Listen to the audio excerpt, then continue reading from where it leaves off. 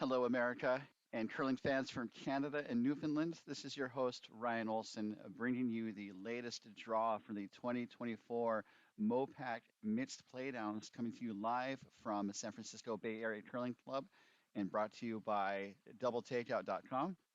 Uh, as I said, this is your host, Ryan. Happy to be here this morning as we have a matchup between two top teams from wine country curling out of Roseville, just east of Sacramento. We have Team Feldman, and then playing with the Yellowstones, and then on with the Yellow Rocks, we have Team LeClair out of Coyotes curling from Tempe, Arizona. Let's say we're going to see which team is the hammer in moments. Actually, I can see right now it's LeClair that has the hammer. So happy to have you guys with us. Looking to have a guest join us on the broadcast in a few moments, which will be awesome. So stay tuned. We have a lot of games today, and looking forward to bringing you all the curling action. So, 1 second.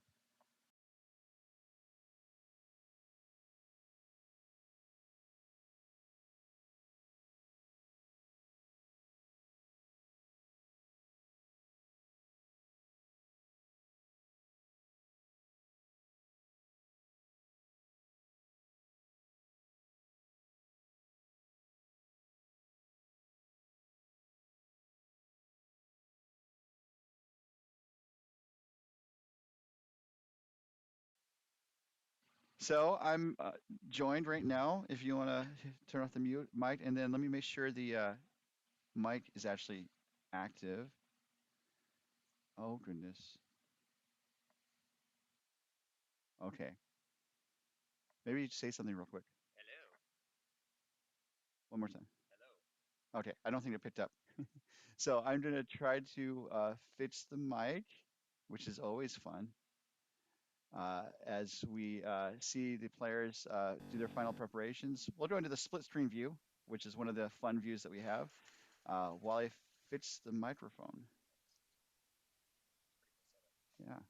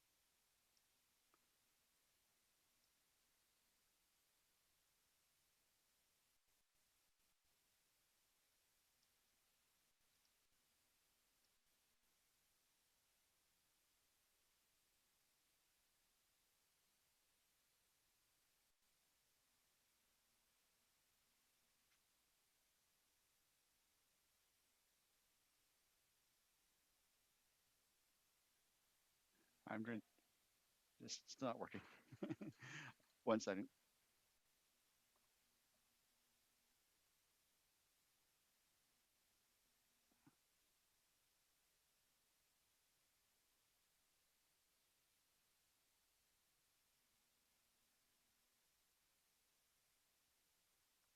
Hello. No, sound off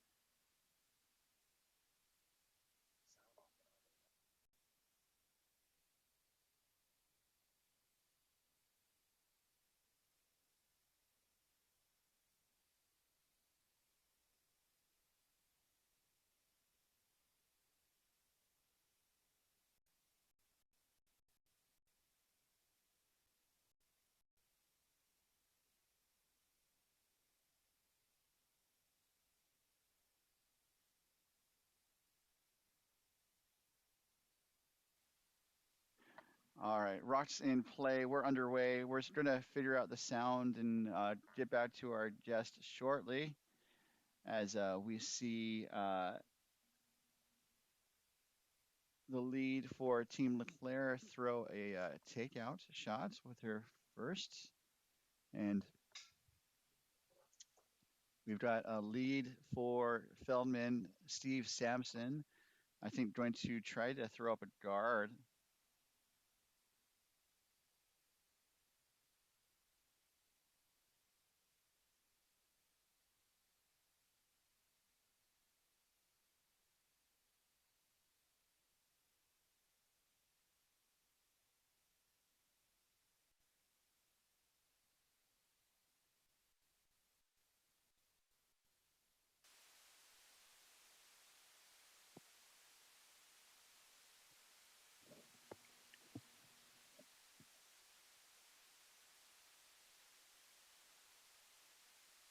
Testing. Uh,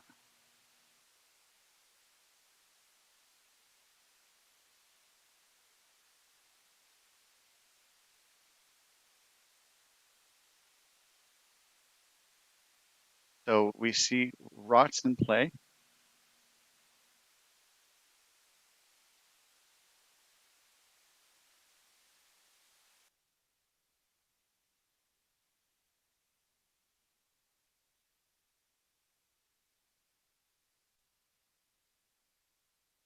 What's that? Okay, yeah, I added another mic. So if you're ready.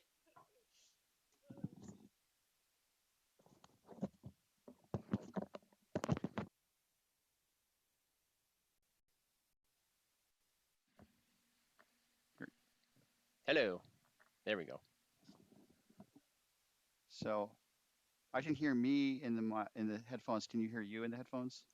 Uh, yes. Okay. I might need to test the YouTube stream to make sure we can hear each other, or our viewers can hear each other. So while we do that test, just continue to enjoy the awesome curling action. Mm-hmm.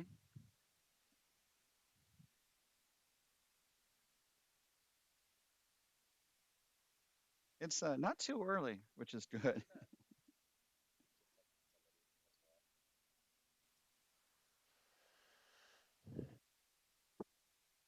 Okay, so thank you to Megan on the chat. She can hear us both. There we go. So we're in business. We're live. This is live TV, folks. It's you know, thank you to San Francisco for providing the camera setup. I do a lot of this by myself, switching Mm-hmm. the angles and trying to make sure the sound works and Yeah. stuff. And like if you watch like an NFL game, they have like hundreds or like thousands of people coordinating the broadcast. Yes. Um, so right now, why don't you introduce yourself, mystery guest, and let the listeners at home know who you are. Well, my name is Jared. I actually curl out of the Coyote Curling Club out there in Tempe, Arizona, and I'm about 2 years in. That's terrific. And so you've seen have you seen both teams? I know you've definitely seen LeClair, right? I've seen Bob team. I've actually played with him and Jeff Baird quite a few times, which is the only reason why I'm the special commentator on this one. And are you playing in the event? I am, yes. I'm on Team Grow. Okay, Right now we're 1-1, and we play 2 games today at 12:30 and 4:30. that's terrific. And you're in the five-team pool. Yes, Okay, so there's three pools. Two of the pools have five teams, and that means they play four games. And there's correct, one four-team pool, and that pool plays three games. correct. So just Yes, the way the draw was set up, we had one team drop out, unfortunately, fairly late in the process, and yeah, so yeah. that led to the pools as they were. As we see Cameron Spangler Oh, make his way from the hack. So LeClaire has the hammer in this first okay. end. Uh, are you surprised that LeClaire got the hammer? No, no. Playing with Bobby, his draws are usually pretty on point, or at least the people they play with as well. Yeah. It's a good mixed team. And how's the ice been for this event? I've timed it on sheets too, but obviously you guys have been on at Hmm. least a couple different sheets already. It's not, I don't think it has been that bad. There's some weird line spots that some say straight, some curl, Mm-hmm. but there was a little bit of difference between the 2 games that we played. The second game was a little more faster than the first game. Mm. Maybe that's due to a scrape or additional pebble. I'm not sure, but Right. They did a scrape before the first draw, and I yeah, think they did a midday scrape, and there was not necessarily a full scrape for the evening game. correct. All right, what do we got here? That's Luba. Nice little hit. Great hit and roll. Now, it's pretty impressive what you do. Thank I've you. seen you a couple of times at Coyotes and a couple of playdowns here too, or at least Yeah. the first playdown here. But Well, and everyone's usually very welcoming. I know sometimes like we bring in some extra equipment sometimes that yeah, kind of gets in yeah, people's way, but we try to stay out of people's way as much as possible. And I've definitely had some people kind of say, "Hey, would you like?" Not with the video cameras, but sometimes I would take photos of the teams on the ice. Say, "Hey, would you mind like not getting like moving out of my line of sight?" right. So Well, LeClair has a hammer. There's one Feldman stone sitting shots right now, as we see Cameron's second stone okay. come down the ice. Looks like they're guarding. Your guess is as good as mine. I play second up front end, so my strategy is not that great. So That's fair, but one I'll thing. Nope. I mean, I probably would throw everything through the house. Well, it's early in the game, and so it's an 8 inning game. So sometimes like you need to start the offense early. But Yes, like if you watch the top curlers on TV or web, the top curlers kind of like try to keep an open house for the first end, and then to kind of get a read of the ice, and then really go at it right. in the subsequent ends. And this is not shaping up to be that way. Well, Bob likes to keep a clean sheet. Yeah, I do know that. We got a little comment here from Karen and oh Spike. Spike. That's Josh, who's on my U5 team. Shout out to Coyote Wild. We're the hottest U5 team in the nation. I'm not talking about our gameplay either. just Overall, running hot. yeah. Down to a tank top on the ice. Well, I mean, if possible. So it looks like Feldman is still sitting the one stone as we switch to the Hmm. overhead view. It's kind of a slightly precarious situation because there are two LeClair stones in the top of the 8 foot and on the bottom or right, left edge, depending on how you look at it, the outside edge of the 12 foot. So if that Feldman stone goes Yeah. away, LeClair could be working towards something here. I say, what would you do here on the? Would you try to come down on it or? I think putting another one in would be a pretty decent call, just so that it gives LeClair another target to look at. As we see Skip Feldman of the titular Feldman squad make her way down the ice. Good delivery. Yeah, it's really interesting to watch these deliveries throughout the weekend. Yeah, some of these deliveries this weekend, a couple people get really low. I think I just tore my muscles just looking at them. Yeah, there's the Manitoba tuck, and then like what's beyond the Right. Manitoba tuck. That's not too Oh, bad. okay. As we switch to the overhead view, um, definitely blocks the path to the shot stone. Although I've been saying this all weekend, I think there could be a double there. Yeah, I think that's probably what Bob's gonna do.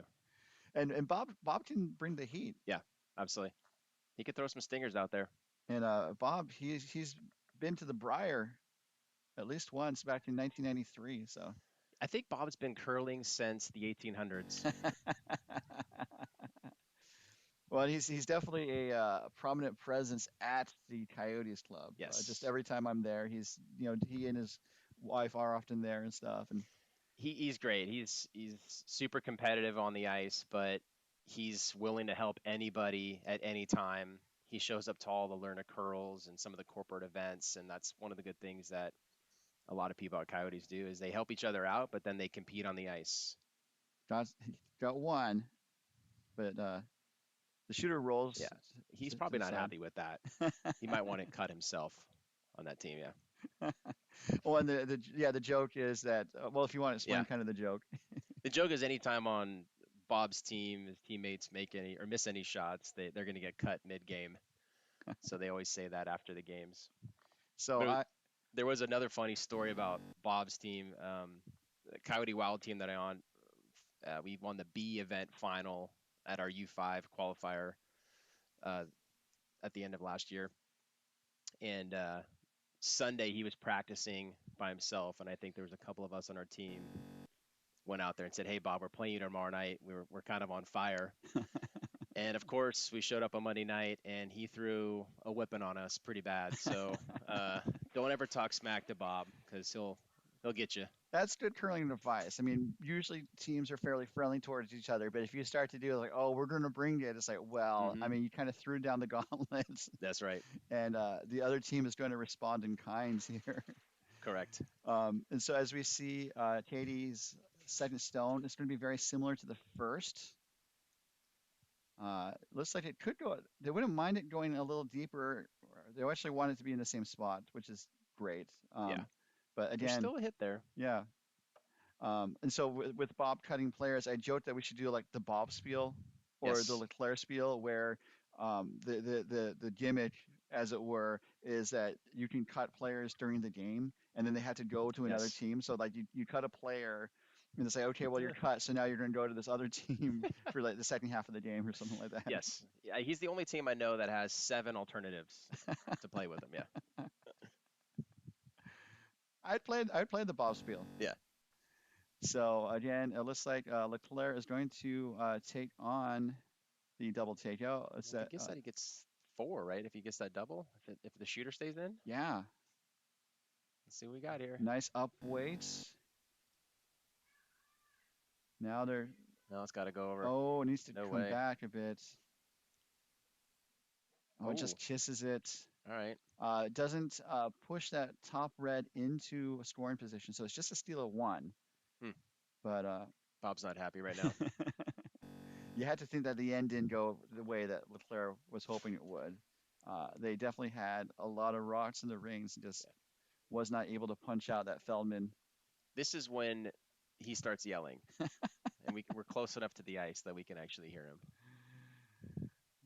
So we'll be back in just a moment when we come back to our coverage of the 2024 MoPac Mixed Playdowns, coming to you live from the San Francisco Bay Area Curling Club.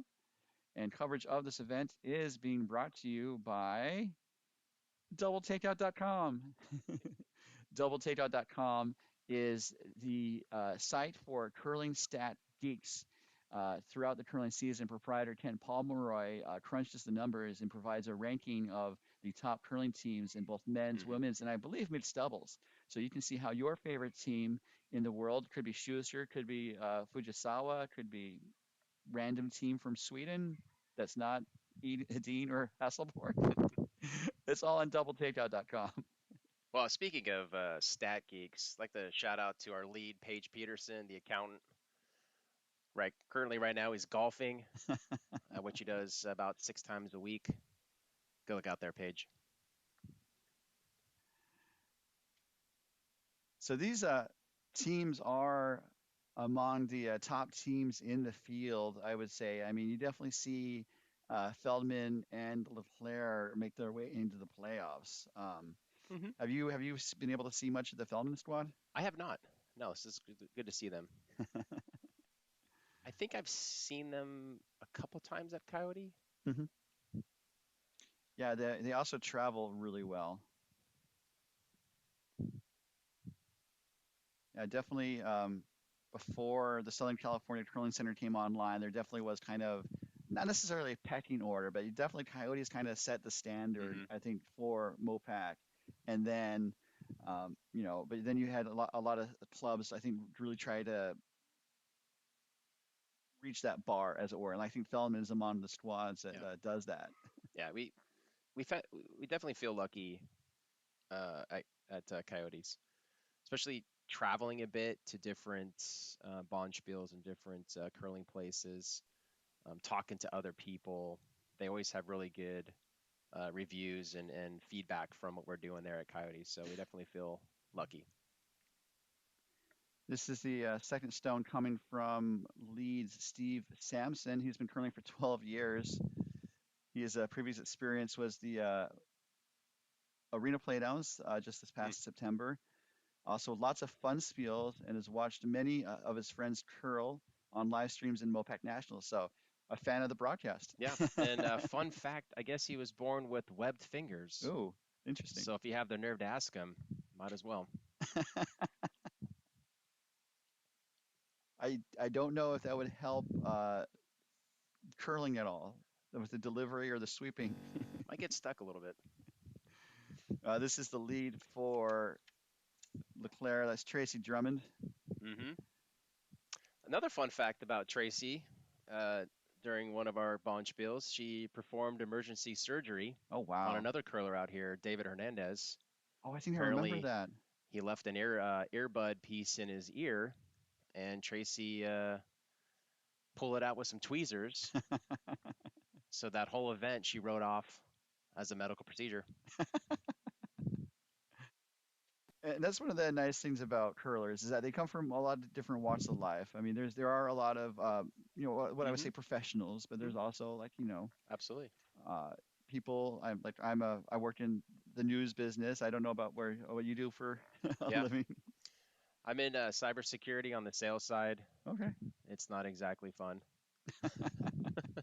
Well, it's also, I imagine, tough because with cybersecurity, you've got to have certain levels of security or Hmm. secureness Yep. to use a word, but then also like how do you measure that, and then like Yes. how does a customer measure that? Correct. Yeah, it's a constant battle.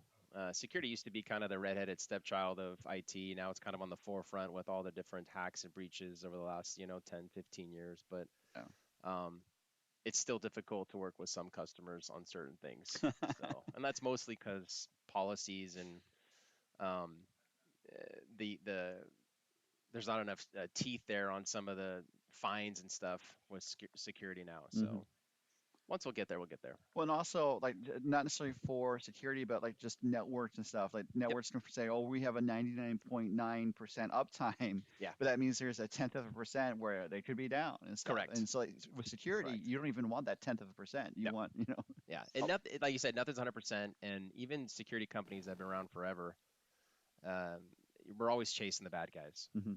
They're always kind of one step ahead, and then we develop the technology to combat that. I think it's going to be also interesting. Has AI kind of made its way into your field as well? Yeah. Where it's like Yeah. because AI can try to find unique ways Yep. to infiltrate systems and such. AI machine learning from a security standpoint is a bit revolutionary, but it's good and bad. For us on the security side, it's good because we can take multiple points of data and quickly correlate that without having any type of human intervention. No. And that helps out because there's tons of security jobs out there, and there's just not enough talented people or experienced people or even educated people that go to security and school and stuff like that to have these jobs. Security analysts, CISOs, things like that. So I think AI and machine learning is definitely going to be very helpful for security. But the flip side is it's also going to be bad for security because now the threat actors are going to have that more at their disposal. Mm. So that was Jeff Baird's throw. I Yep. think LeClair wanted a hit and roll and just turned it into a nose hit.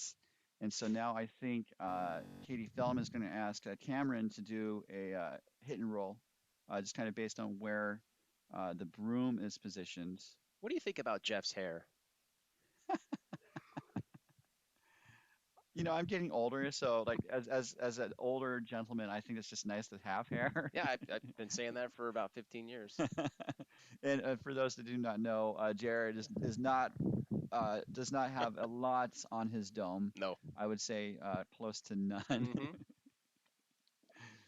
And so there's a hit. It rolled the other way, which is not bad. It rolls under cover slightly. Um, it does outcount that Hmm. LeClair in the 12 foot. LeClair rocked in the 12 foot, and so it looks like Bob Bob's wants gonna to do a do little it. hit and roll. Yep. Looking for control weight. It looks like, I think Bob's a big fan of normal, but I think in this one, control might be good. and this is Luba. oh, it's Luba. Yep. Turn the page back. Yeah, she started hurling in Canada, so we have some Canadian presence on LeClair's squad. There's Jeff sweeping. So much talent there.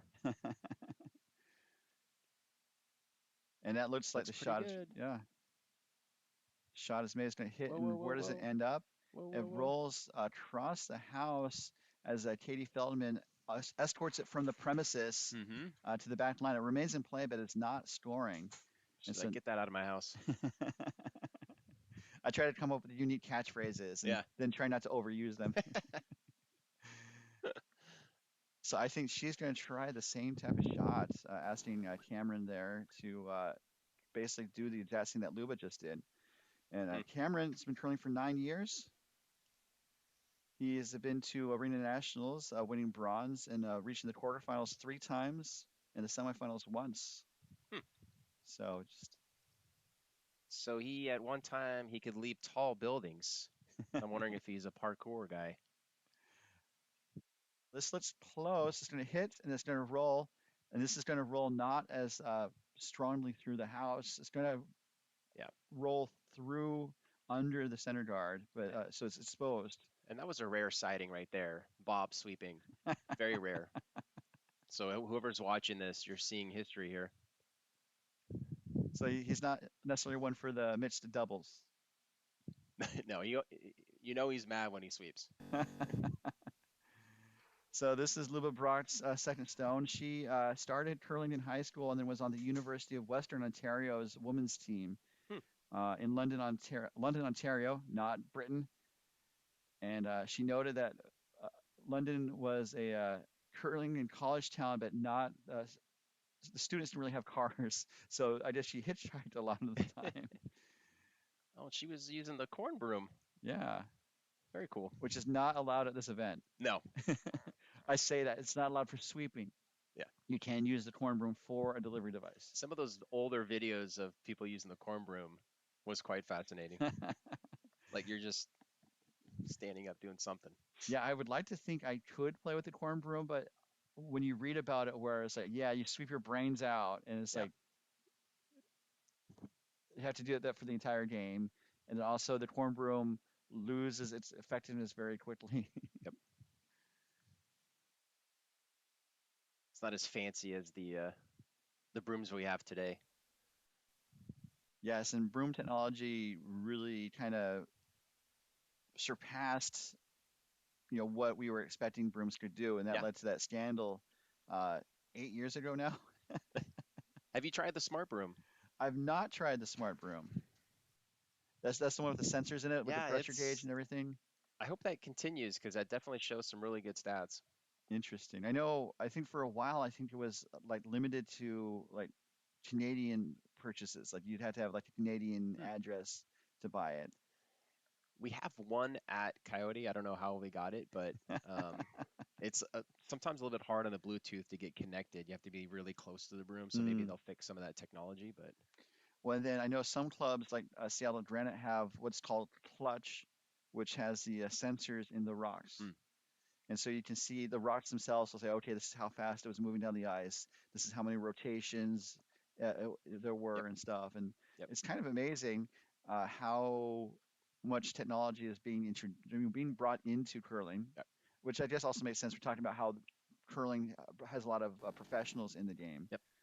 I was fascinated with just the push pull. You know how much pressure weight you put on the Mm. broom and the vast difference between the push and pull. Oh yeah. You know, people are like, "Oh, I'm a pretty good sweeper," and then you look at that, you're like, "Whoa!" Always something to work on. So this looks like a setup shot Mm-hmm. for the final shot of the end. And so Bob could be Whoa, whoa, whoa. trying to set up an in off. Oh, that's too deep. So Yeah. I think Feldman can just make a hit on that or Or draw. maybe just draw around, maybe. Yeah, Yeah.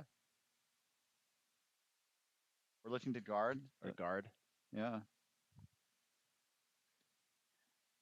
the center guard is not doing a lot of guarding right now. It's about half buried, the shot stone.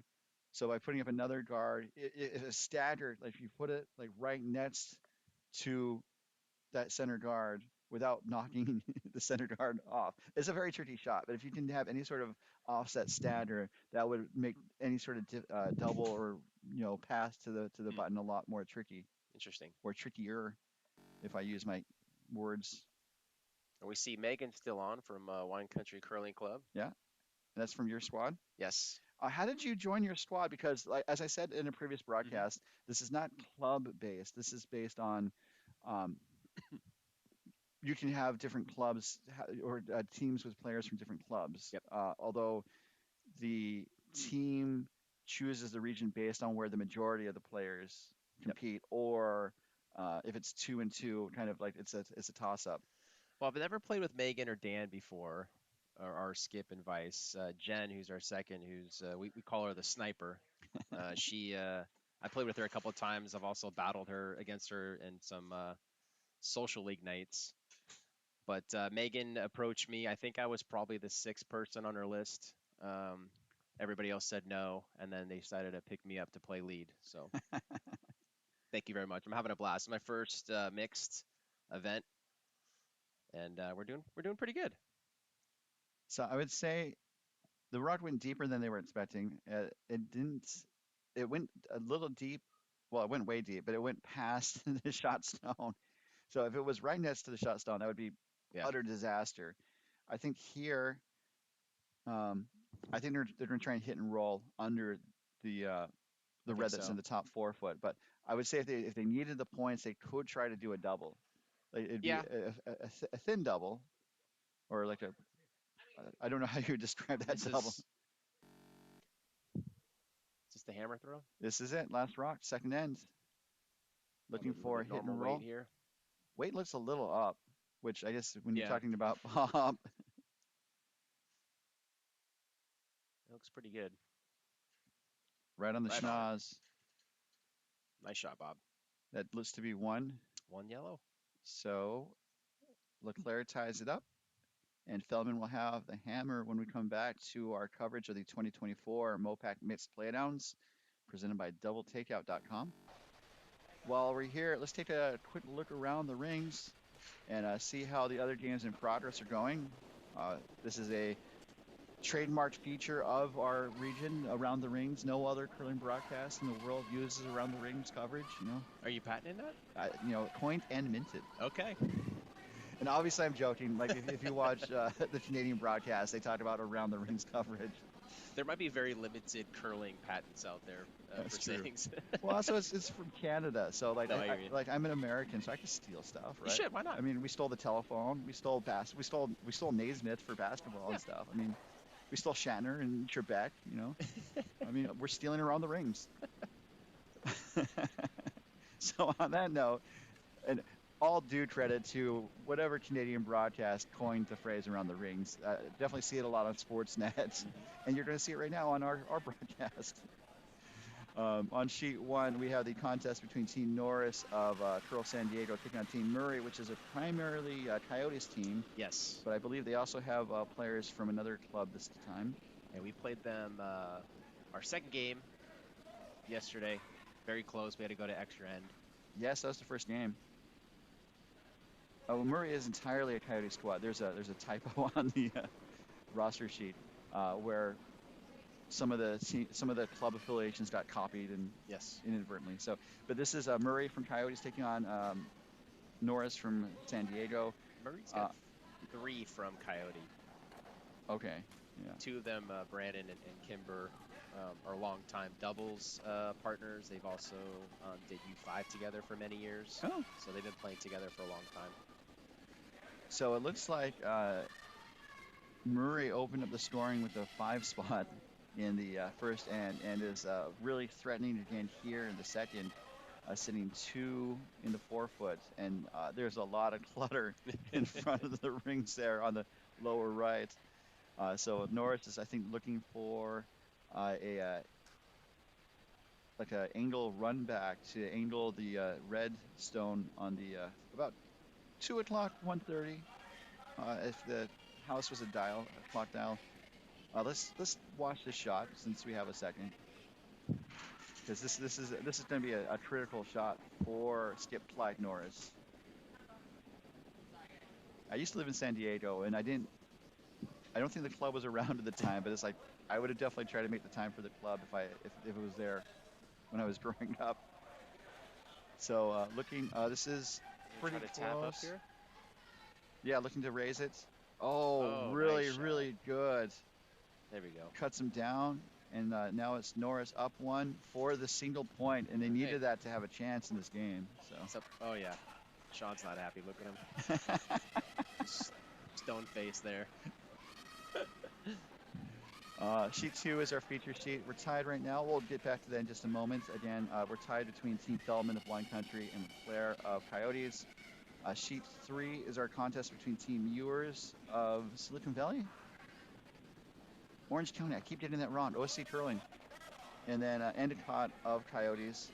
And it looks like Ewers is started off the scoring. She was forced in the single, but then scored. She stole one Hmm. in the second. So, and this is again kind of fun to see when we have like a mixed playdowns event because like I said, we kind of look at Coyotes as kind of setting the bar, Yeah, and then you kind of have all the other teams. Not to say that they want to be Coyotes, but it's like okay, we can see the challenge and we want to rise to meet that challenge.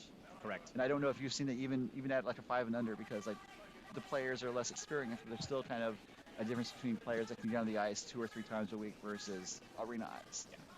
Now, I mean, even the 2 years that I've been doing it, I've been to many Bonspiels there and a few travel ones, but the people that come to Coyotes from the other parts of the MoPac region or other even curling clubs, you could definitely see they're getting better.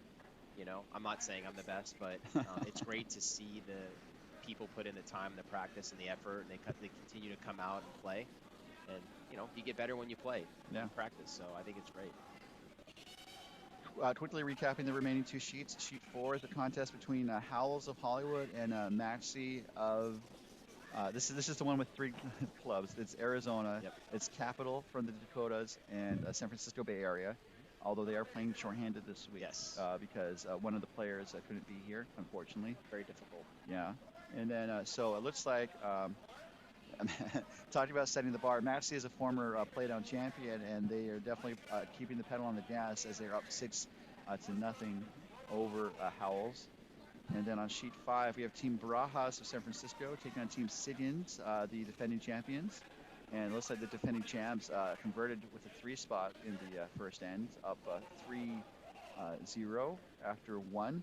Yep. And again, all the scores are posted on bondspieler.com. I say again, I've been saying it all weekend. I haven't said it today, but it's on bondspieler.com. So, And Siggins is one of the top skips we have at Coyotes. It's always fun to play against him. He's got a really good team, except for his lead. His lead is Eric Kowal. He's kind of hit or miss. I mean, you say that, but to be a front end on a top level team, you have to, Absolutely. definitely had to have some good chops and strong arms and endurance and a whole lot of other stuff.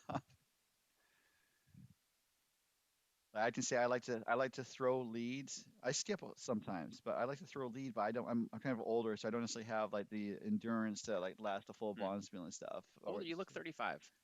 I'm 45, so Okay, well there thank you you. go. So looking at our feature sheets, Feldman has the hammer for the first time as we update the scoreboard 20,000 system. You remember when like Is things that were when it called? came out?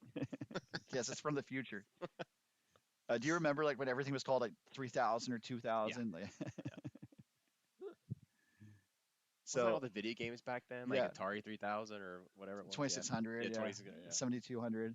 So it looks like ooh, this is Ooh, heavy. I think they yeah. wanted to try Oh. to hit the yellow onto red Mm-hmm. just based on the speed of that shot. Yep. Um, it looks really close on the overhead. We're gonna zoom in on the studio.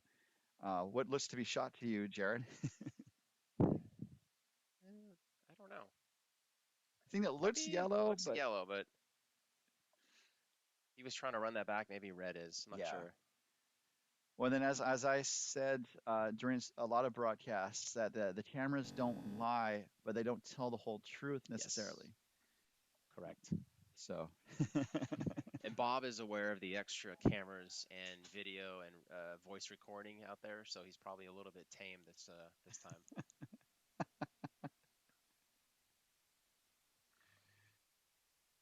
So now it looks like Feldman is drawing to the front of the house.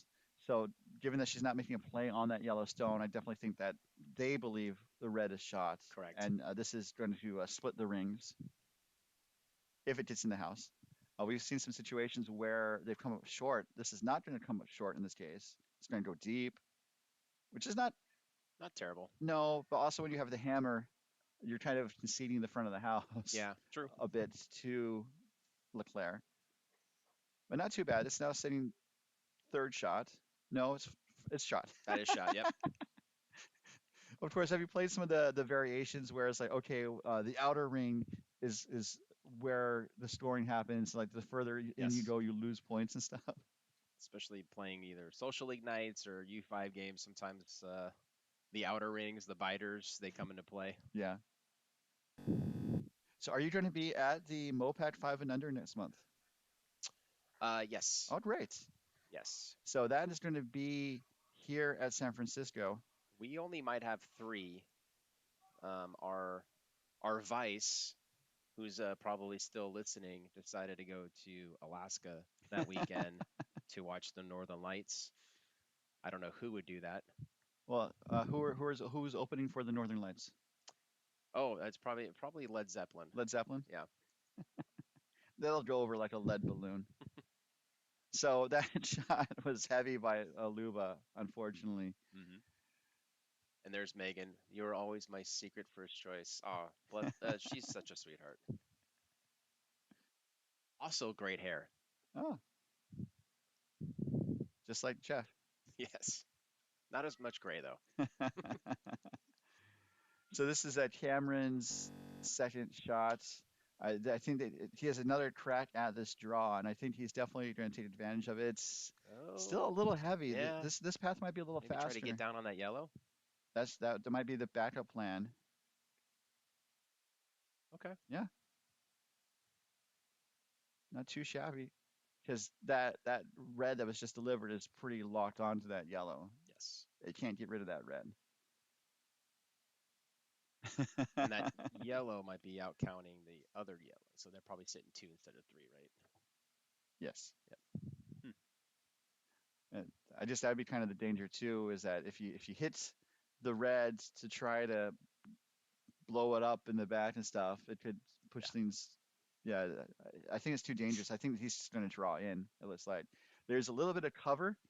Uh, when we switch views here, there's a little bit of cover on the left side of the view, and it looks like he might be trying to draw around that.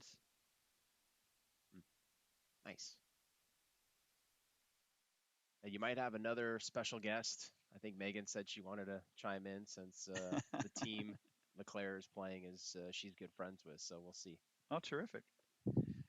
So Bob, as a shot makes his way down the Let's ice, see what he's gonna do here. he played in World Tour events for 25 years, Mm-hmm. and he's been at the 1993 Brier, which is the Canadian Men's National Championship, Mm-hmm. 7 provincial men's championships, 3 provincial masters championships, the 2015 Canadian Masters. The list goes on. List goes on. Yeah, very accomplished career. In fact, even before when he showed up day one here, we were all impressed. He actually got a haircut showing up today. So this is a special event for him. And a haircut meaning that he lost a very close one in his first game, right? Probably that one too. Yeah. Or did he actually get No, I a think they haircut? won that one. Yeah. Oh, he won. I'm trying to remember. All the scores are on bonspieler.com, by the way. You can also see the standings. As I mentioned before, we have 3 pools. 2 pools have 5 teams, and one of the pools has 4 teams. The top 2 teams from each pool advances Mm. to the playoffs. The top 2 seeds have a bye to the semifinals, and the teams 3 through 6 face off in the quarterfinals tonight. Oof. Yeah, we would have to play 3 games. I think we have to win the next 2. It's doable. So based on where Spangler has the broom, I think Katie's going to throw. Chip it out. Yep, looks to be about board weight. Sweepers were about to jump on it and then called off. It needs to curl up about another rock. It's coming. It's coming. Maybe a line call there. No, that's good. And mission accomplished. Wow. Rolls to the wings.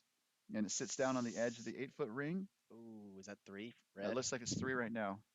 So I would think Same draw probably. Maybe yes, try but to get behind the red, or at or least or come down on it. I would come down on the reds in the back of the house because that would outcount everything. There's Correct. batting, and then you wouldn't be able to get rid of that yellow stone. And And then so you could just give up 1 as a max. yeah,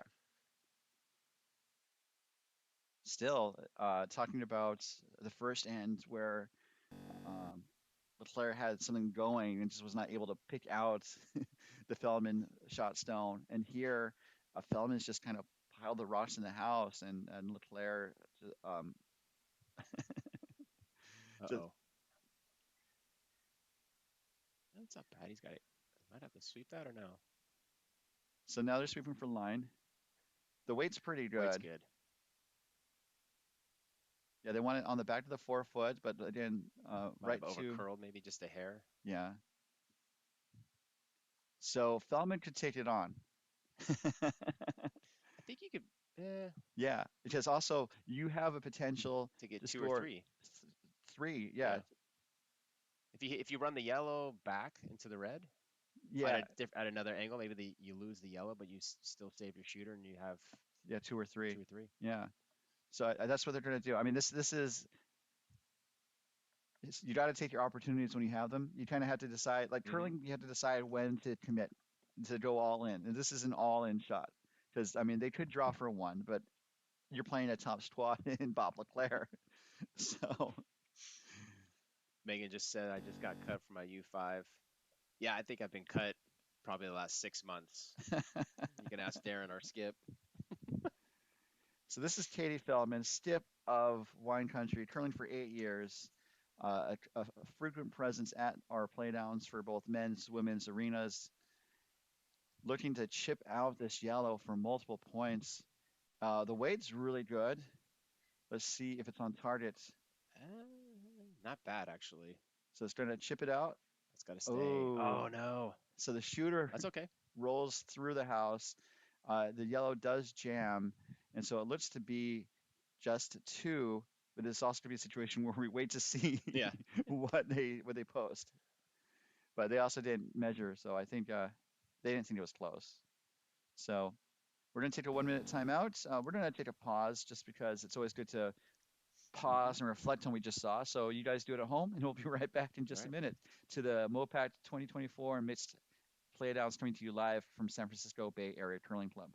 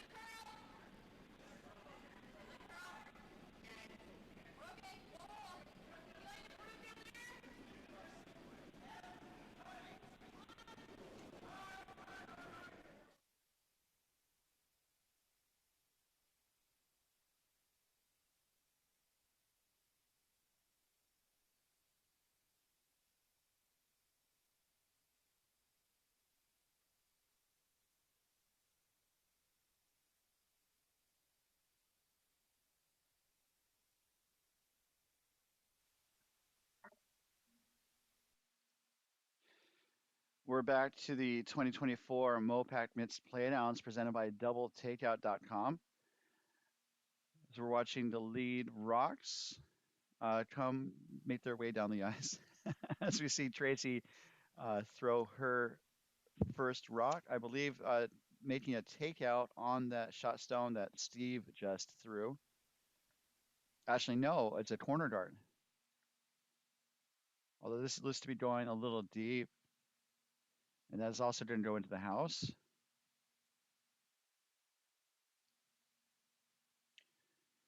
And so I believe the Feldman squad is going to take that shot on.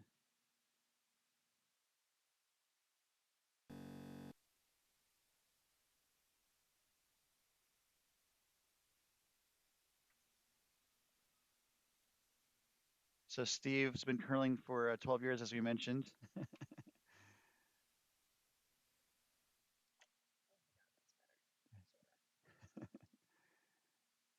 Oh, and this is a heavy. Well, it was takeout, so it was just a little tight, and so just a missed opportunity there for Feldman. As whenever you're ready. Sure. Yeah. Yep. Sweet. So at this point I had to announce, or unless you want to announce, what happened to Jared. Oh, Jared got cut. Yeah. So if our new mystery guest would please introduce herself. My name's Megan Groh. I'm representing wine country here, but I also represent Coyotes in certain circumstances. I kind of have like dual citizenship.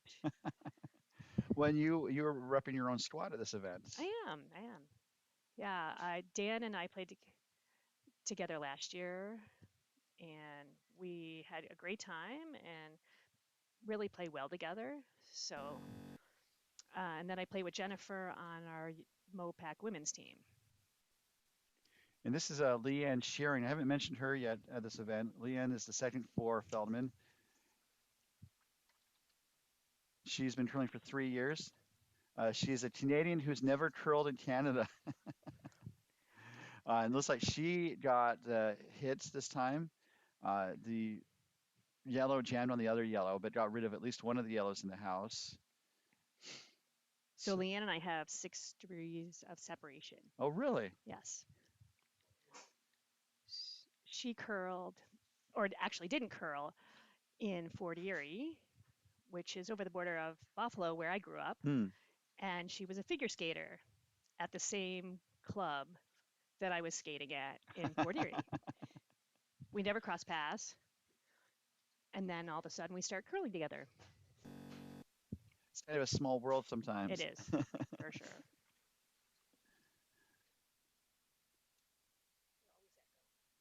Oh,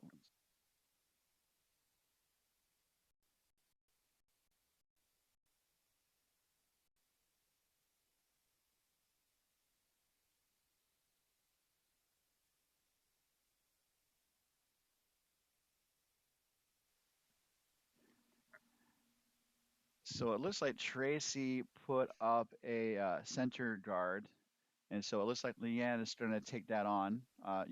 Why not keep going with what works? Exactly. So I think you speak of playing for both kind of Coyotes and Wine Country at various points. So you've kind of seen both of these squads in action. Absolutely. I curl with Leanne on our USWCA team 2 years now.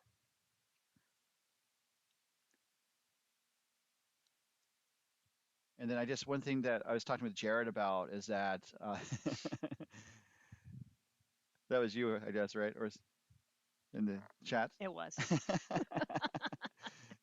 It's rare that we have someone in the chat come and join us in the broadcast. It's kind of a unique situation.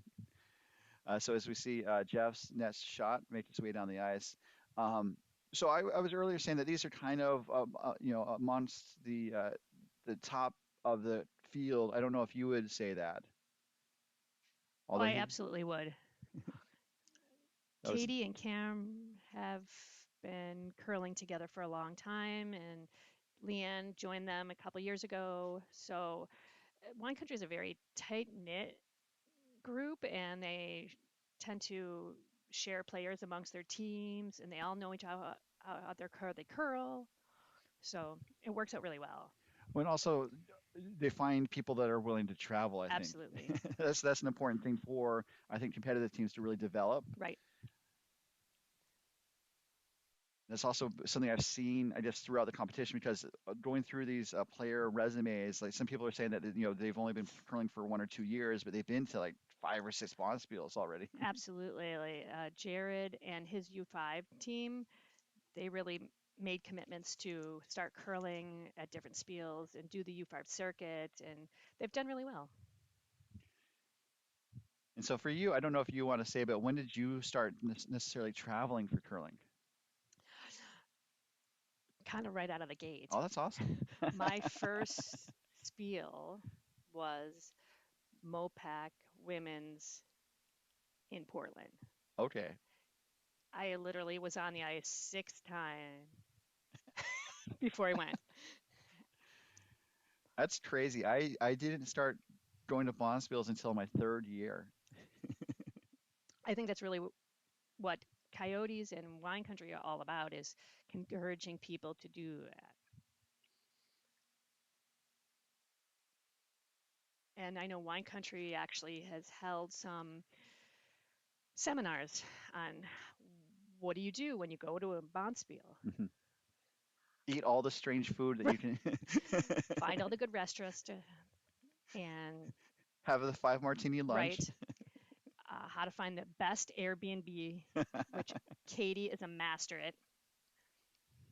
Yeah, it's crazy. I know for like Arena Nationals, they've been held in Wasabi, Minnesota for the past couple of years.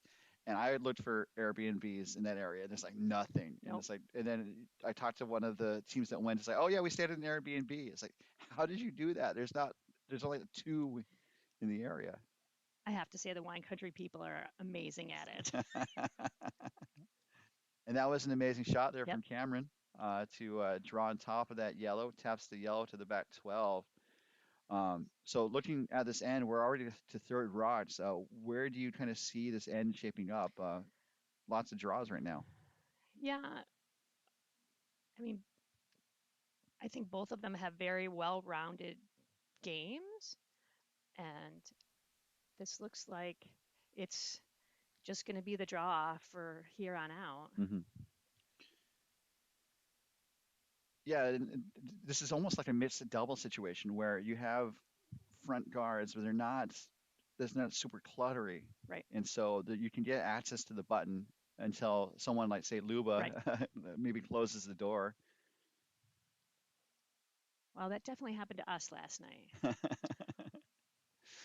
And that was another great draw. I Yep, mean, I think you're also asking like players like Luba and Cameron to throw draws, and they have that in their back pocket. absolutely.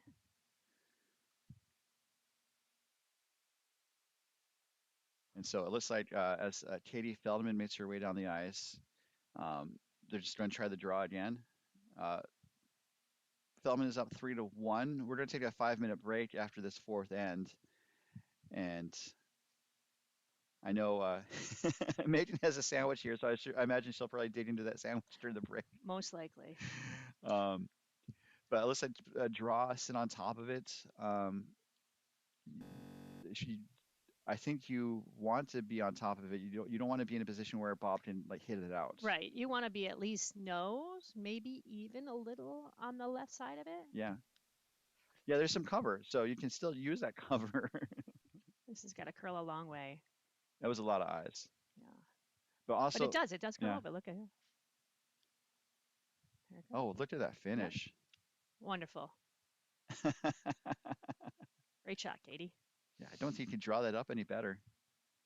It might be a couple inches deep, but I mean, you have to throw another perfect draw on top of it.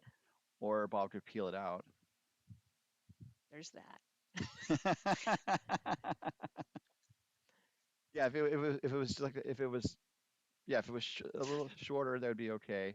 Yeah, but if he doesn't get a very, very skinny piece of it, Yeah, it's going to jam on the yellow.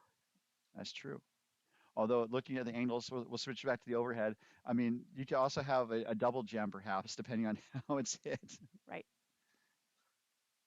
which might not be a bad thing if you want to try and open up right. the center of the Well, he could house. squeeze the yellow out too. That's true. So, So we had Jared as a lead, He throws lead, right? He does. And then we have the skip. So we have some different perspectives Right. here Right. as Bob throws his first rock here in the fourth end.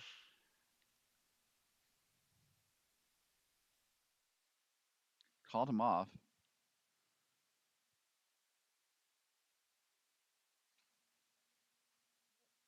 This looks a little up, so it might It uh, is. No, you chip. might just take it right out. Yeah, Yeah. Yeah. That's a nice shot. yeah.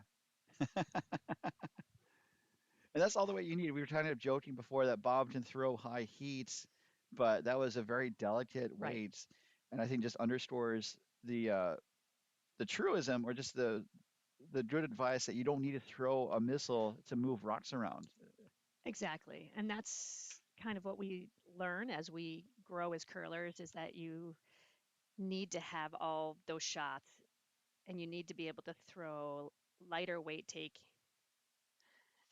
and not have to throw a bullet at it every time. Yeah. Well, I've been in some league games where a team is down like four or five, and they're still throwing like normal takeout or control takeout. And Right. it's like if your shot is perfect, that's fine. But if your shot's off, you're going to lose the shooter, and you're not going to get the rock out.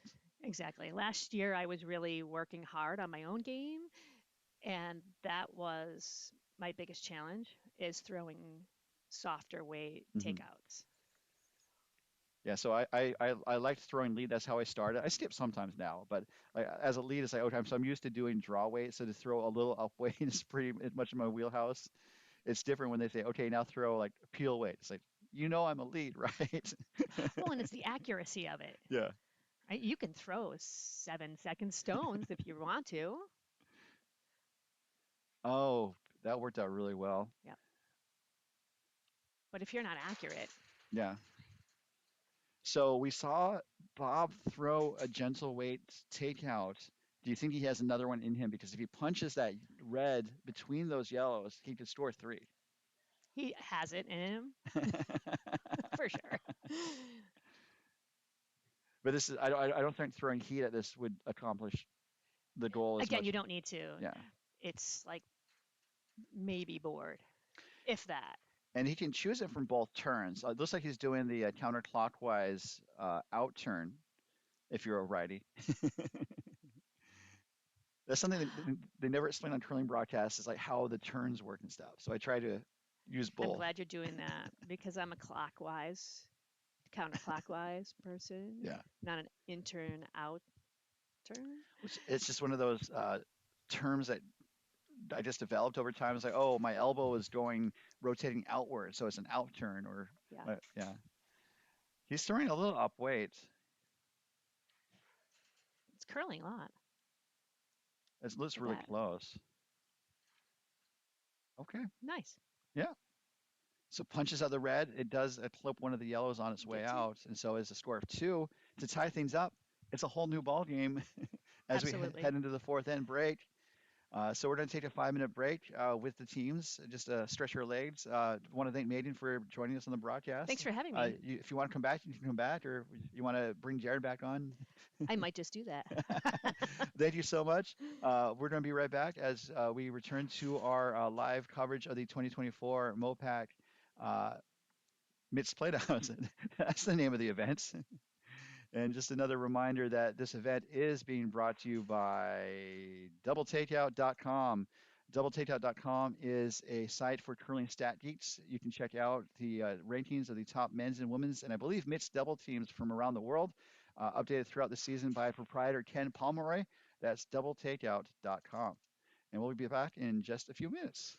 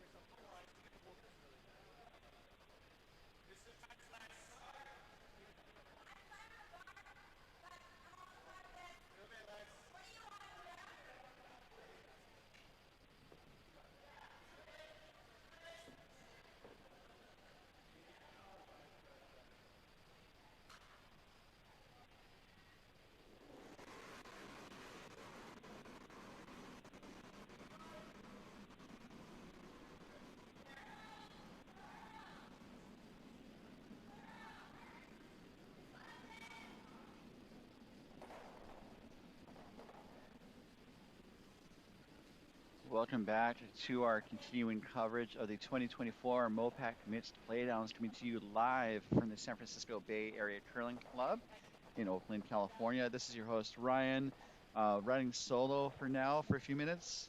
Hopefully, either Jared or Megan can make their way back down here and continue the conversation that we've been having. It's been a fun game so far. A very tight knit game on our feature sheet as they are wrapping up their 5 minute halftime break. Score is tied on sheet 2 at 3 as the teams both scored singles and a double to bring the score to 3-all. Just to go around the rings, updating the scores. And again, you can find all the scoring information at our partner for live scoring, live scoreboards. That's bondspieler.com. And so going from right to left, sheet 1, we have the contest between Team Norris of San Diego playing with the Red Rocks, taking on Team Murray of Coyotes. And it looks like Murray is in control of this game. To this point, it is 7-2. They haven't posted the score. 7-2 in favor of Murray, as I do believe Norris scored a single in that fourth end as they go into the break. Sheet C is the contest between Team Muirs of OC Curling taking on Team Endicott of Coyotes. Muirs did a lot of hard work to get singles in the first three ends, and then Endicott jumped out with a 4 spot to take the lead. It is 4-3 Endicott as Rocks are in play in the fifth end on sheet 3. Sheet 4, the contest between Howells of Hollywood, Red Rocks taking on Maxey of Coyotes, and Dakota Capital and San Francisco. It is all Maxey. He's maximizing his game there. Currently 9-0 Maxey in favor, Maxey over Howells. And then on sheet 5, we have the contest between Barajas of San Francisco Bay Area taking on the defending champs Siggins of Coyotes, Denver, and San Francisco. Currently, they're on their break, it appears. They haven't posted the score, but right now it appears that Siggins is up 5-1. So again, you can check out all the live scoring at bondspieler.com as we return to our feature game where we do have rocks in play. Also, maybe a bit of debris on the ice as Bob picked something up. So LeClair, not having the hammer, is trying to control the front of the house with a center guard and a rock in the house. Looks like above the 4 foot. As we see Steve get ready to throw the rock.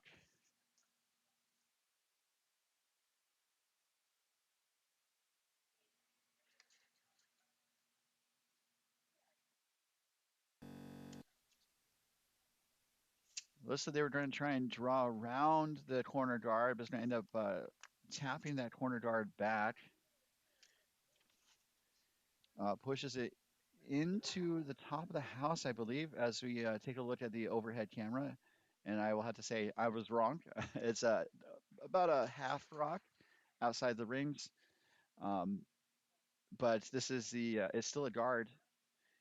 And so LeClair cannot take it on until the fifth rock or after the fifth rock at the end, as Jeff throws his net shots.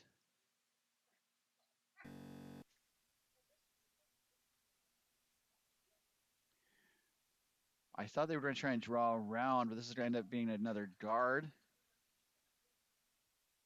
which again goes to playing to control the center of the house. Conventional wisdom for curling is if you don't have the hammer, you want to control the front of the house and the center part of that front area to make it harder for the team that has the hammer to score. And then if you do have the hammer, you want to try and draw play to the sides of the sheet and keep the front open so you can try and score multiple points with the hammer. So that does get around all that center guards and settles in the top 12. So that was a really good line. Um,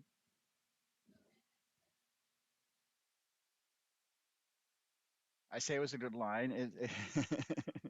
It was a good line. And I think they maybe wanted it to be a little heavier because the that rock ended up in a place where um, it's gonna be hard to angle that yellow back or to take it out necessarily.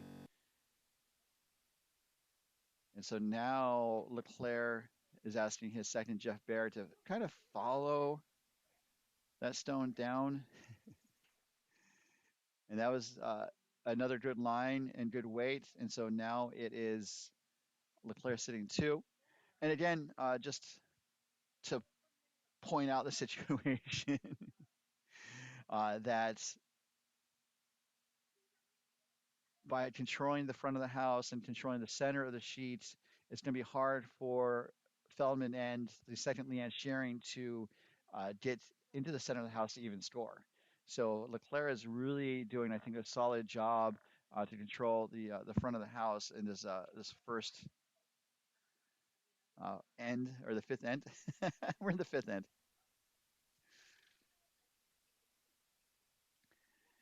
and so that rock ended up as a guard. As we take a look at the overhead view. And so now that side is pretty well cluttered. And so I think LeClaire wants to kind of establish control on that top side or the right side from this view. Looking for a draw. I think looking for the top eight.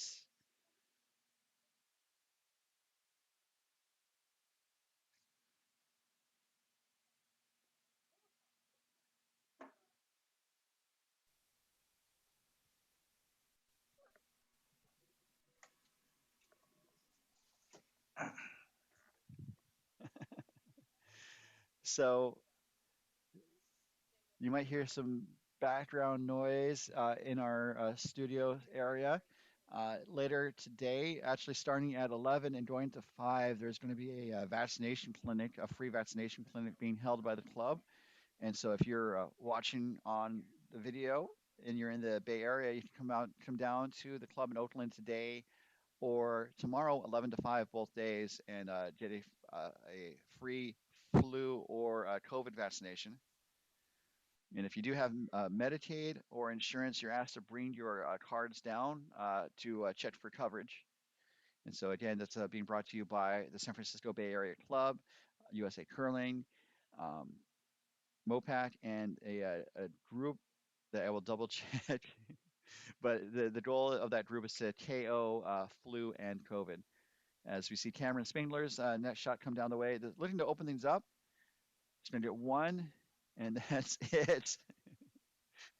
They were definitely hoping for more than one. Let's look at the overhead situation. They were definitely looking for more than one because it is a LeClair trio of yellow rocks in the forefoot and button area. And it looks like LeClair is going to just close the door again as Luba makes her way down the ice. So as part of her curling history, she after college, she moved to British Columbia and then California, rediscovering a dedicated group of curlers playing on arena ice in the Bay Area. And so this just needs to be a guard. And a guard it shall be.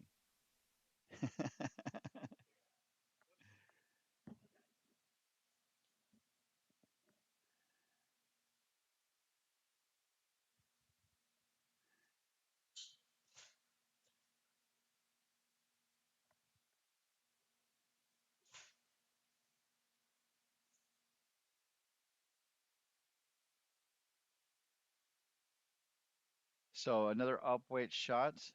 He's not happy with it. Uh, it runs the yellow guard on top of the red that was in the 12 foot. And so now it is LeClair sitting four. So um, obviously not the best outcome for Team Feldman, as LeClair is now sitting 4.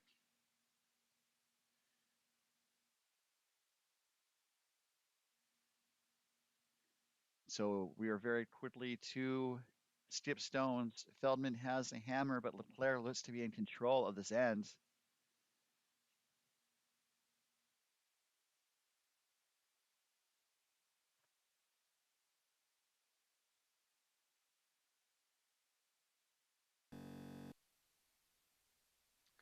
So you can see on the right side of the screen that Nestaluba, there's a screen with plots on them. These games are timed. Each team has 30 minutes of what's called thinking time, which is the time between when they have control of the curling sheet to when they deliver the stone or they start the delivery of the stone. And it looks like both teams are doing really well on time as LeClair's first rock makes its way down the ice.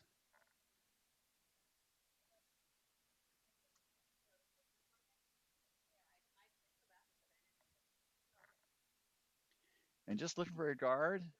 And I said it before, but a guard it shall be.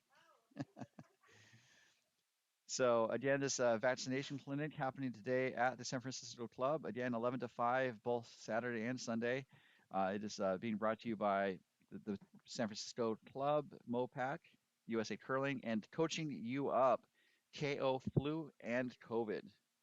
And so, as they mentioned on the flyer, there's no charge for these vaccines, but if you have Medicare or private insurance, please bring your card down for authorization on eligibility and coverage. So, as I've been saying, you can come down to the club to watch teams take their shots, and you can get a shot of your own by getting a flu or COVID vaccination.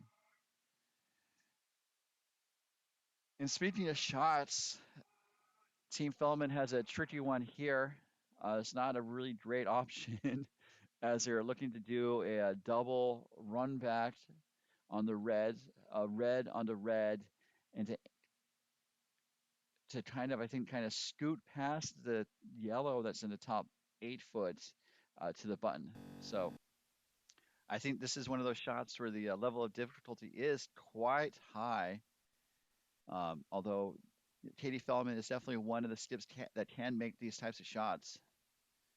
But this could really change the game either way.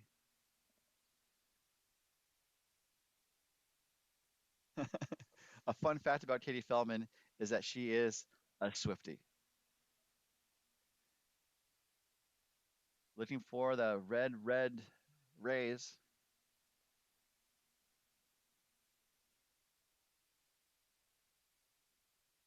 Sweeping hard for line. It's over curling for what they want. They could get something out of it. So the shot stone actually rolled to, I think, maybe a better angle. However, the reds that got knocked around pushed one of the reds into the top 12 and kind of blocks that run back for a final shot. It did open up a possible angle, like an in-off raise, where Luba has the broom on the bottom of the screen. If Team Feldman were to hit the inside of that rock, they could like roll towards the center, towards the button. And it looks like LeClair wants to take that shot away. Makes a lot of sense.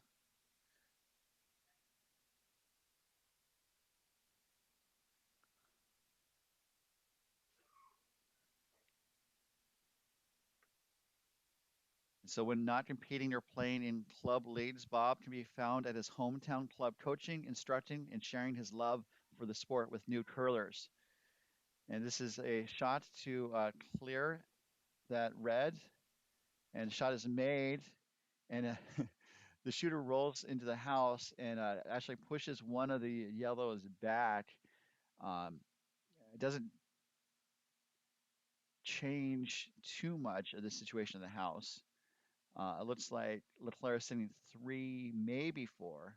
I think that Feldman red on the bottom right is out counting the LeClair yellow on the right edge of the rings.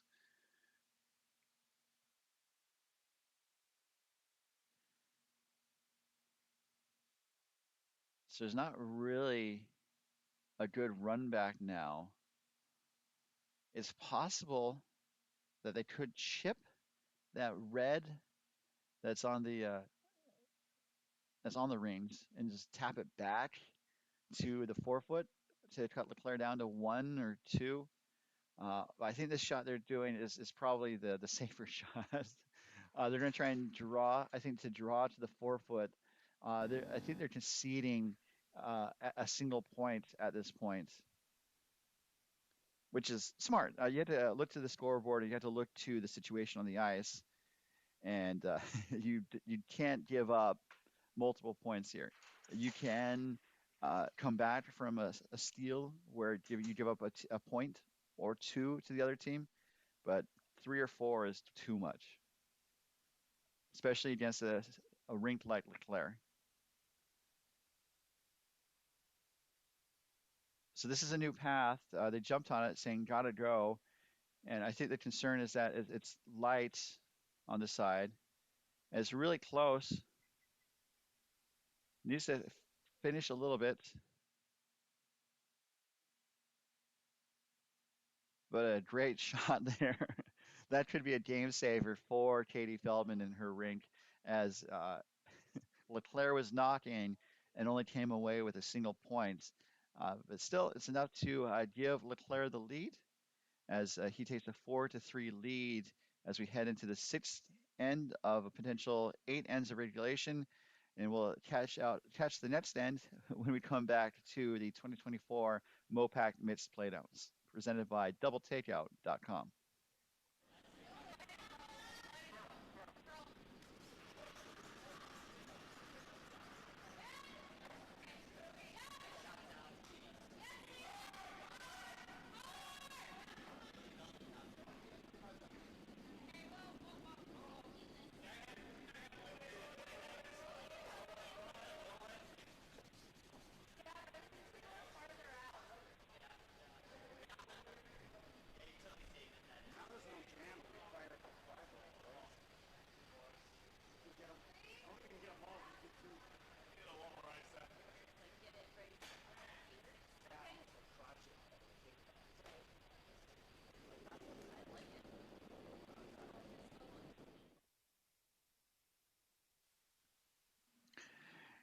Welcome back to the 2024 MoPac Mixed Playdowns, coming to you live from Oakland, California. We're watching the opening rocks for Team LeClair. Tracy Drummond throwing the lead stones.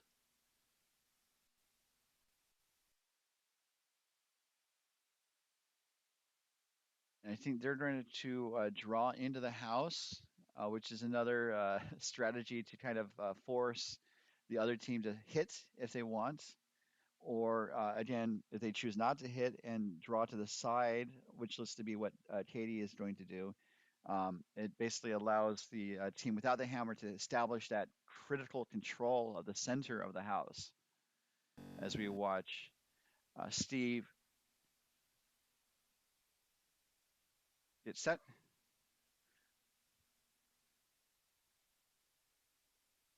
using the clockwise rotation. I think he's a lefty. I have to watch that again.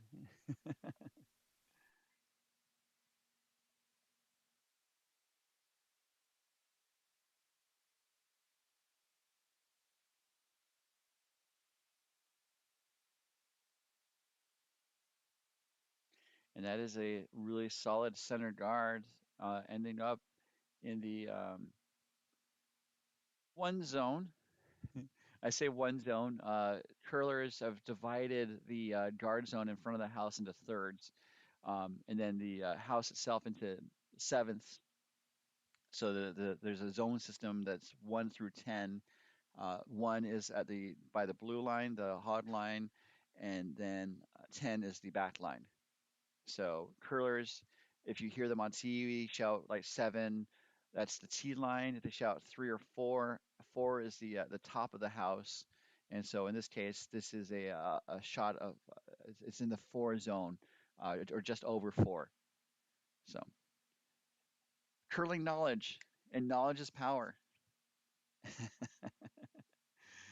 And let's see, I think that with two rocks in the house, Feldman has decided that they have to take it on as Steve's net shot makes its way down the way. This is curling up a bit. Let's see if it's going to stick around. Gets one, jams on the shot that was closest to the button and sticks around. So it gets rid of one of the yellows, and then the shooter itself sits in on the top 12. Again, the four zone. The yellow shot rock is just above the tee line, so it's just short of 7. As Jeff Baird makes his first rock.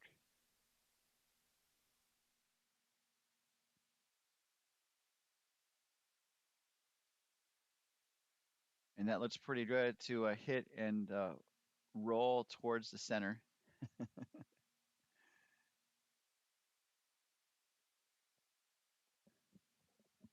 And so Feldman is again going to try and take that double on. One of the advantages of doing a takeout game is that it doesn't necessarily take a lot of time to drop the shots. And then it's pretty quick to deliver the shot as well. So they can save a decent amount of time by throwing takeouts, unless the shots are complicated, which happens. And again, Team Filament gets one of the yellows out, but then loses the shooter this time. So there's just that one yellow in the house.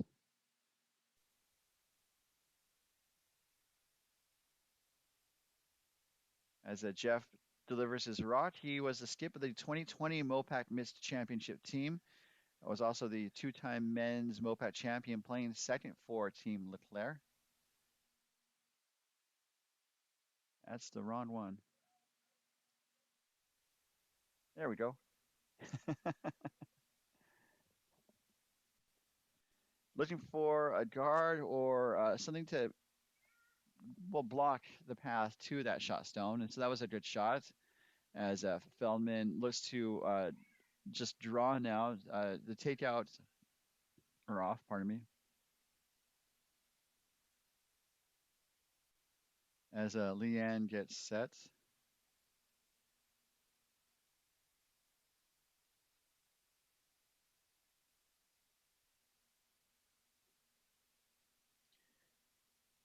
So I thought they were looking to draw, but they are going to do the takeouts.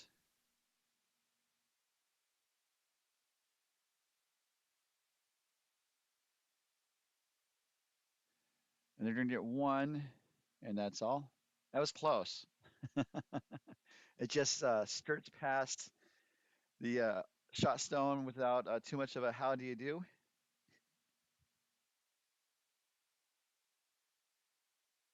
And so it looks like LeClair is set up to just do that guard again, settling in at the top of the house as Luba gets set.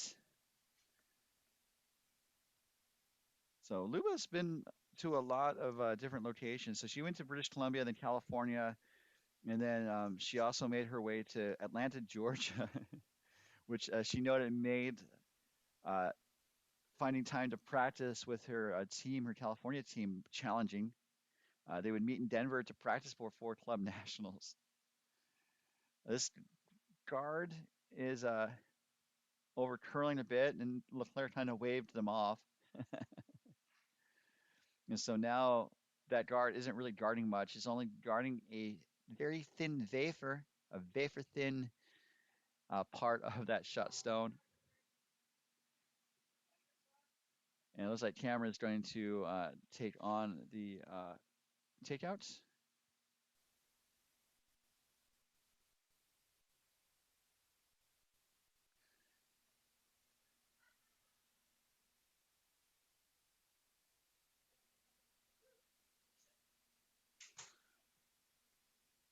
Leanne's jumping on to hold the line.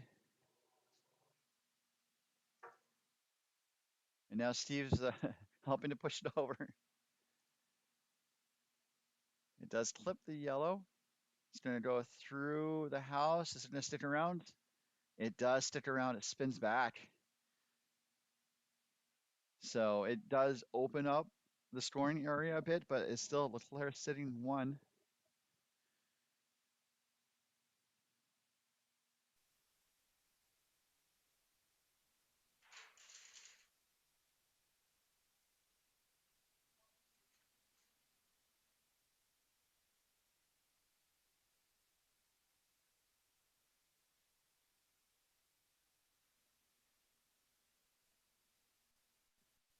Sorry. Looking to draw around. The weight looks a little up. Let's see where it sits down. Not too bad. It settles in the back eight.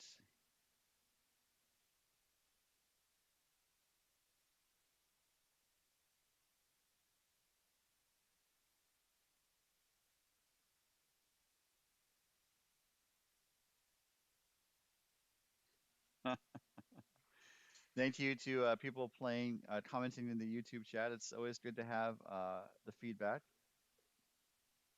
even some of the humorous aspects of it.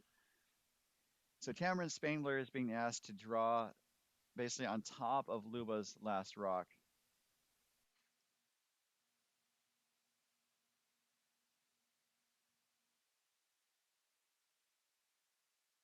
Still up, so it's going to hit the yellow back, and this yellow does go through the house out of play.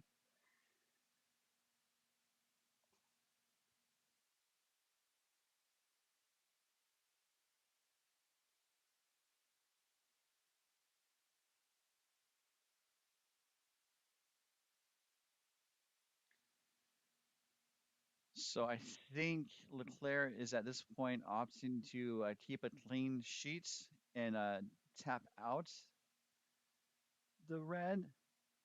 I say that, but based on where the broom is positioned, I don't think that's the case. I think they're going to try and draw around the center guards. And I say that because just based on where Luba has the broom positioned, if you look at it, the overhead, if you want to do draws, you usually use the T line as kind of a ruler or like a consistent point. But if you want to do a takeout or a hit, you want to put the broom next to the first rock you want to hit because the line to that rock is most important. So I think they are looking to draw and also see as Aluba's broom kind of follows down the ice. And this looks pretty close. It's around all those guards. And where does it settle in? It settles in at the top 4 foot. So that was a really great draw there by Bob LeClair.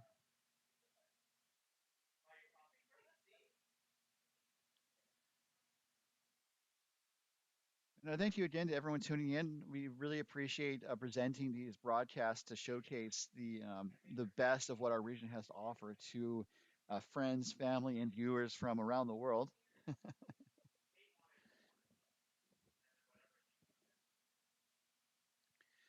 So with that yellow rock buried, Cameron and Katie are looking to run the red back onto the yellow and sit two. That looks to be a pretty good shot. From the head-on view, or sorry, from the overhead view, it looks like a pretty open shot. But if we switch to the side view, there is that high yellow guard that could get in the way, that could be a factor in this shot.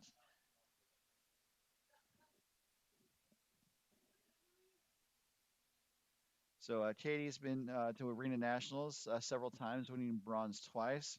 And she was also a mixed doubles champion in our region MoPac in 2019. Looking for that angle takeout, angle raise takeout.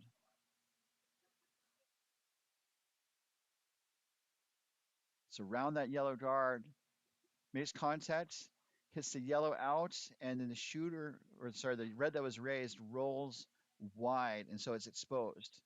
And so now LeClair, so it's a great shot by Feldman. Good shot by Feldman. But that red poking out gives LeClair a tasty target to take out. And that is where Luba has the broom down, Luba Brock.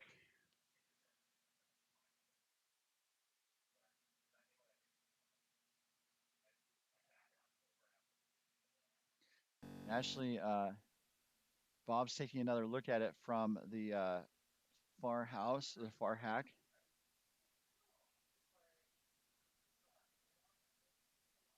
As he asked for more ice, and this might be the side of the ice that curls more, perhaps. It could also be LeClair wants to, well, LeClair wants to stick around. He doesn't want to nose hit it. He wants to hit and roll under the center coverage, perhaps forcing Feldman to make the same shot twice. As his last shot is away without the hammer here in the sixth. The weight does look to be about board weight, maybe a little more control. This is hanging out a bit. Tracy's digging in to try and coach it over. And it does make contact, but then the shooter is going to roll wide. Oh, and this is a disaster for Team LeClair.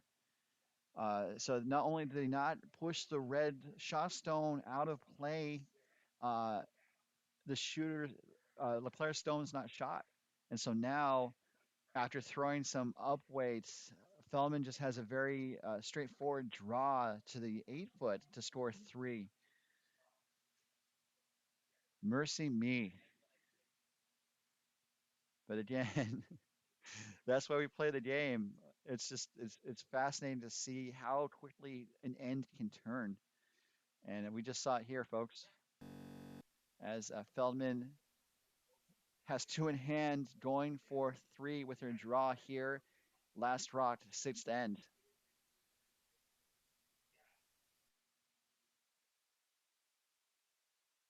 Sweepers are not laying a broom to it, just ushering it to the house. Just need a piece of the 8 foot for that third point, and it's going to be settling in at the button for 3. So LeClair seemed to have a pretty firm control of that end, and then just like that, Feldman jumps up with the 3. So some high fives by Feldman as they clean the stones, and they do put up that 3. So we will be back in just a moment when we come back to the 2024 MoPac Mixed Playdowns presented by DoubleTakeout.com.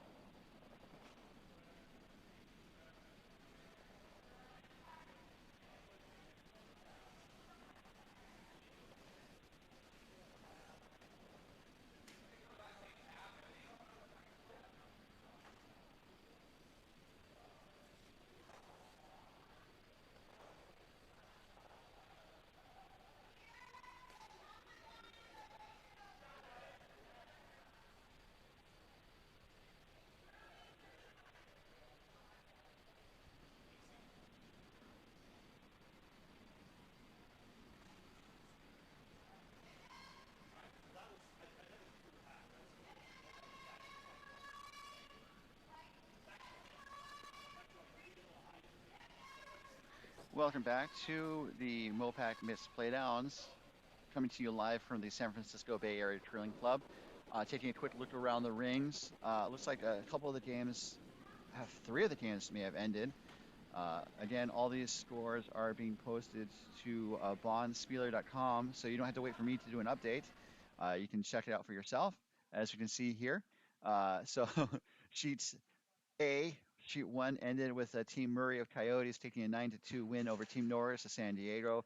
Sheet B, our feature sheet contest between Team Feldman of Wine Country and Team LeClair Coyotes. Feldman converted the hammer to three in the sixth to jump up to a 6-4 lead, as we are now in the seventh. Sheet C is still in action as we have Team Ewers of Orange County in a tight battle between Endicott, or tight battle with Endicott of Coyotes, 5-4.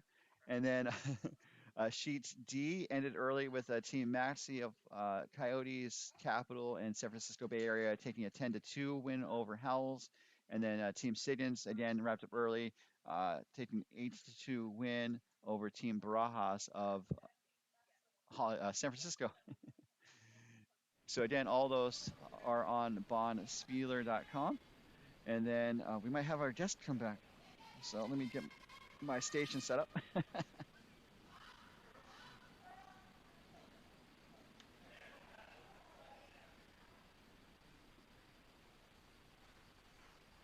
So with rocks in play, we are underway fully here in the seventh end Mm-hmm. as I scramble to adjust the scoreboard. But while I do that, we have Jared back. And so Jared, maybe why don't you kind of you're not playing in this game, obviously you're off the ice, but kind of what do teams do when they're not playing? We really talk about the decisions and the shots. But the six people in the warm room were requesting me to get back on the mic, so I decided to do it. Six people, that is a sizable percentage of our broadcast. Now I figured I'd jump on. LeClair's having a little bit of a battle here, so Indeed. give him some positive vibes. And so that LeClair rock bumped up the Feldman stone in the top of the house, but not doesn't do too much to change the situation in the house. And you Um, and you could tell from the last comment from my skip. Apparently I've been cut, so I'm not actually gonna be playing in my next game. So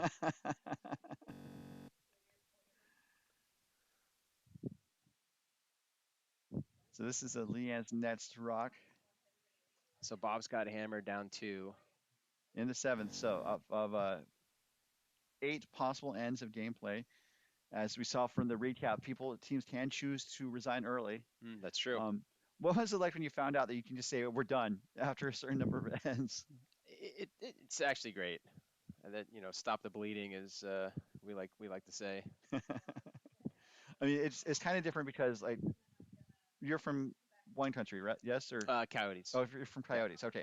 So I come from oval curling in Utah. We're arena ice, and so you have to pay for the time. And Hmm. so it's like if we're paying for the time, we're going to get our time. Yeah. And like there's also like one game a week, so it's like yes, we're Yeah. getting blown out, but we could use the reps and stuff. Well, especially being a newish curler, even like the first year playing, competitive nights, either front end whatever, and there was a lot of games where they were blowouts even by the second or third end.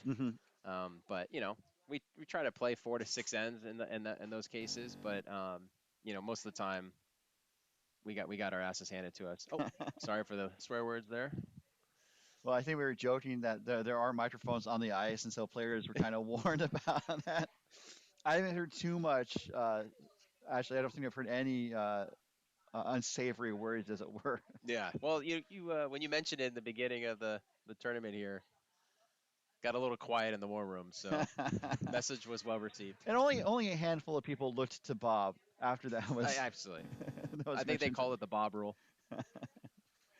I know on certain broadcasts up in Canada, they try to like Curling Canada finds players, and then Hmm. um, I think there's John Colin who does announcing. He started like cusses for kids or swears for kids, and so like oh, he swore it's $25 for a charity to be named later and stuff. So Yes. Yeah, we did. I did the Kelowna summer spiel last July. In BC. Yeah, well, yeah, Kelowna. Fantastic. 12 sheets is the biggest thing I've ever seen. Shout out to Marnie. So the oval has 12 sheets, which is it's kind of crazy because we have two uh, international sized rinks, and so Yeah, we have 6 sheets on both or on each, and so we only have 6 sets of stones. it But it would be kind of crazy to say, okay, we'd have 12 sheets in action. it was pretty impressive. They had a nice warm room upstairs that you can overlook from the Hmm. top down, full bar menu. Like it was pretty impressive. They didn't since it was closed and they opened it up for the summer spiel. Hmm. They didn't paint it, Mm. so it was almost like you just see the regular cement underneath the ice. And then during the summer they had pickleball courts, so they still had the pickleball lines. Oh. So it was on a couple of sheets. It was kind of confusing. Like, is this the hog line or out of bounds line? Which sometimes happen in Hmm. when you play on hockey ice because the Yep. hockey marks are on there. Yep. It's confusing because the hog line is very close to where the blue line would be in hockey. So it's like which blue line is it? It's the thick one or it's the thinner one Yeah. or it's the one that's connected to the box. All right. So red is tucked in there. Yes, looking at the overhead view, You can run that back. that seems to be what they have lined up. We're already to the third stones in this end. It's kind of crazy. Like curling is not the fastest game out there, Hmm. but when you're playing with deliberate pace, you can Correct. quickly move through these ends. It's a bit more of a workout than I originally had thought when I first joined, but you could definitely burn some calories out there, especially playing front end.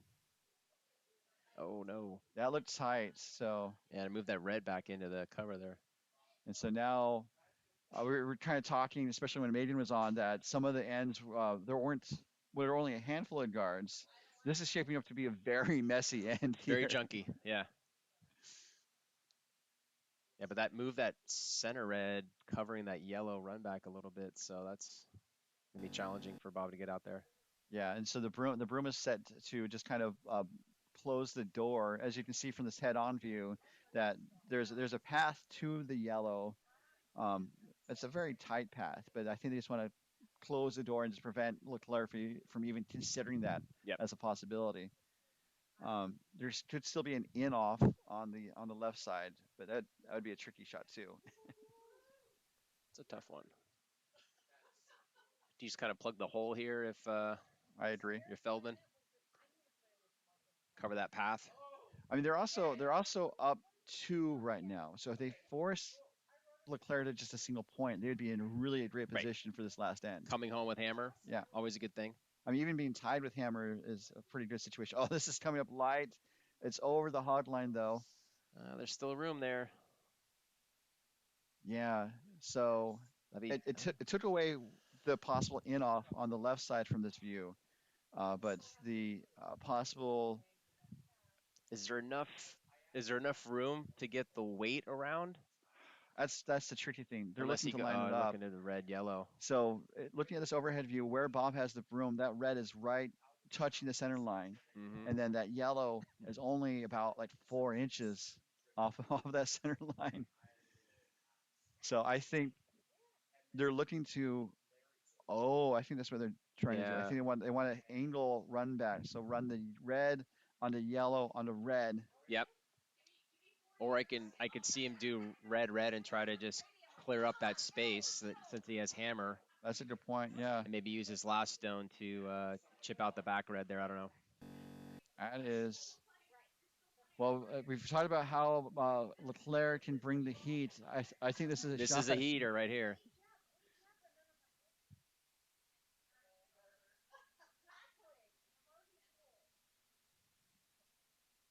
Yep. Here comes a high hard one, looking to move some granite. Oh, it's got to get over. No, maybe just he's. You check that out. No. Oh, It does open things up. yeah. And you just Feldman puts another one right there. Yeah. So where do you think Feldman should put it? I would think you'd want it to be a little bit higher than. I mean, she could put it like right here. I think higher is better because Yeah. then you would prevent any type of Run back, run take back out. or maybe a double. Yeah. In my 2 years of experience of strategy, you know, Well, I was just thinking that it'd if be. I mean, I could probably time out that game and go out as Bob's coach and tell him, hey, this is probably what you want to do, but he probably would punch me. It's fun where sometimes like the coach comes out, is like, yeah, there's nothing here, Yeah, or that's a shot. I mean, there's no other option. But yes, as Cameron has the broom down, looking for a high guard. This is one of the situations where the position is the most important part. agreed. Her first route was a little wide. She's trying the other turn. She's trying the clockwise out turn, or no, counterclockwise out turn. Yeah, I could see that. That way she wouldn't be able to run into her red that she just threw. Yeah. Now they're really sweeping for line. This is going a little Is this deep. heavy? Oh goodness, and it's also over curling a bit. Yeah, that's a little heavy. Yeah, it's over curling. Yeah. So this All right. could create an opportunity for LeClair I mean, he can nose. Well, he can kind of hit that yellow, punch out the red, and and then score. he would keep the shooter and Yeah, for two.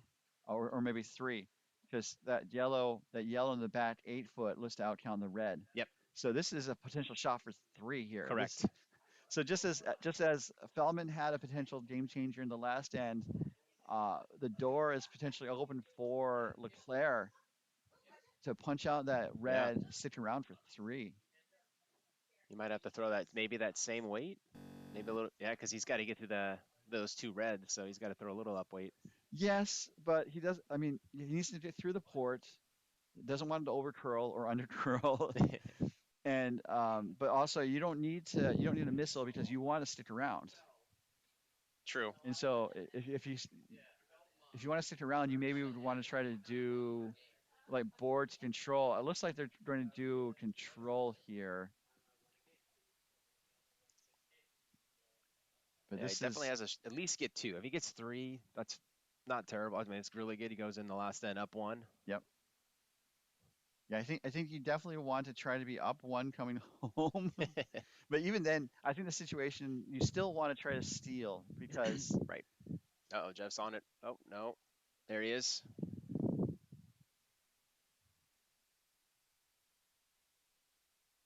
Might be over curling. No, no, no. Looks pretty good. it's one Whoa, and nice shot. the shooter sticks around for three. Three. Brilliant. That's a great shot there as LeClair takes a 7-6 lead into the eighth end of regulation. That was a great shot there by Bob LeClair. And Yeah. sometimes the skip comes down to do high fives and congratulations, but Bob is a man of business and just staying down at the Yeah. delivery end, Yeah. getting ready to go for this last end. Yeah. He's all gas, no break. Both teams are doing pretty well on time. But while they finish their minute break, we're going to go around the rings one last time, just to see how the remaining games are going. There is just only one other game in play right now. You can check all the other games on bonspieler.com, but focusing on the games in play. Since there's only one other game, let's do our Let's do double. Yeah, shift double our box. focus. There we go. It's like NFL Sunday Ticket. So this is the seventh end here. Looks Mhm. like we are to skip stones, and one of the cameras is just a little blurry on the right side. You can still see the rock. So just to reset the situation here, we have a contest between Team Ewers playing the Blue Rocks of OC Curling, Mhm. taking on Team Endicott, a very a challenging team from Coyotes. Ewers was kind of wanting Endicott to death in the first three ends, and then Endicott said, "No way, Jose," and had a score of four.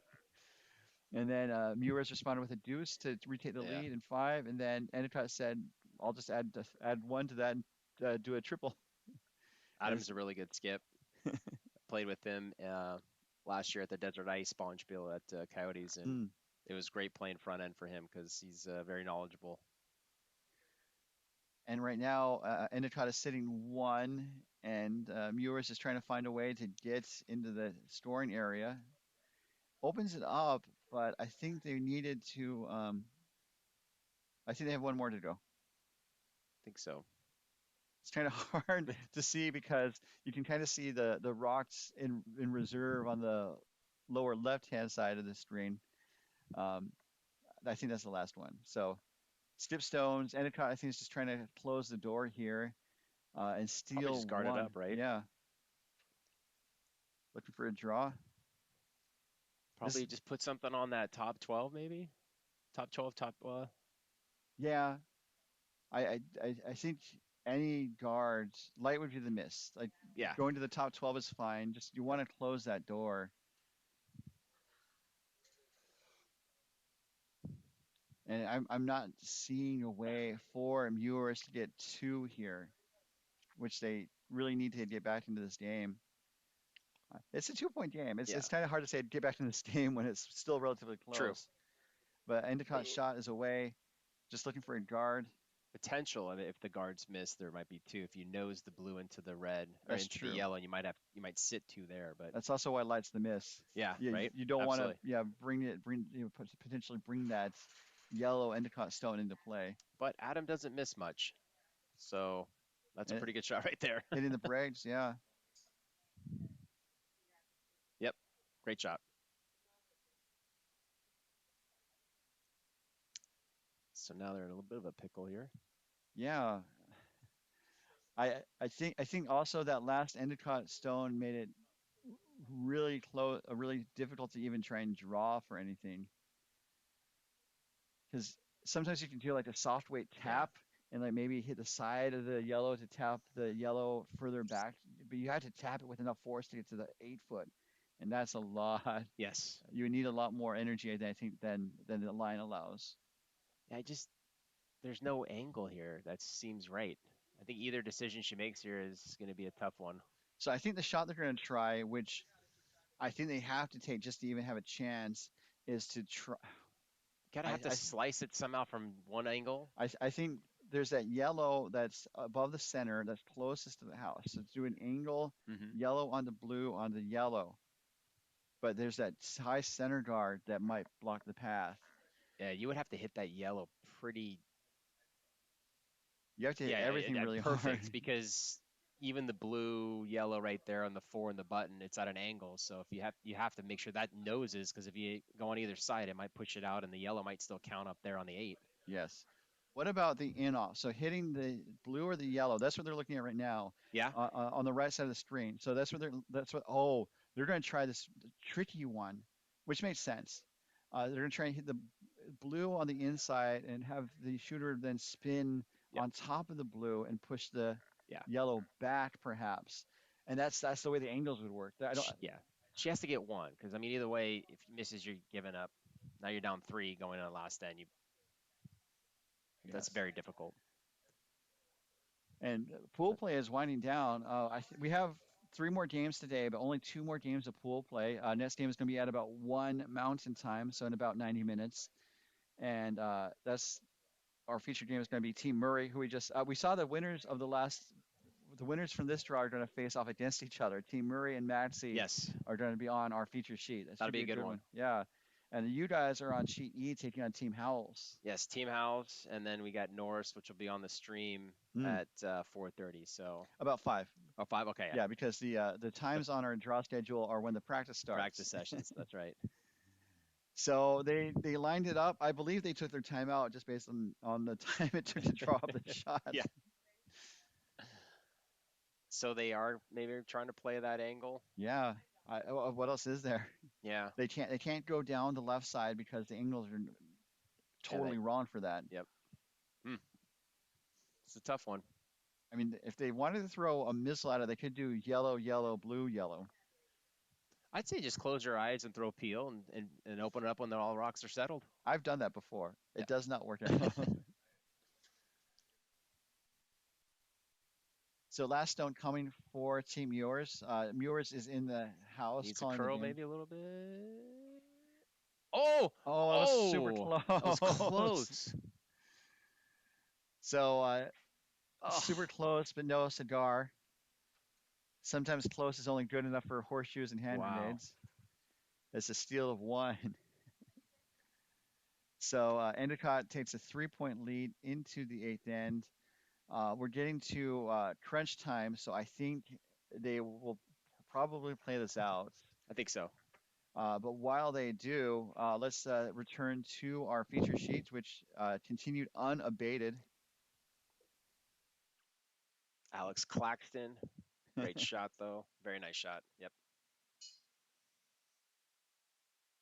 So looks like we're about to see the delivery by Cameron Spangler, the Spank Man, as no one calls him.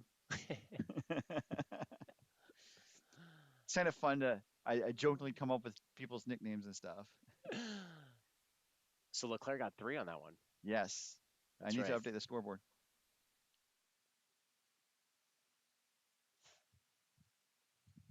Up 1 without hammer in the last end. Not bad. I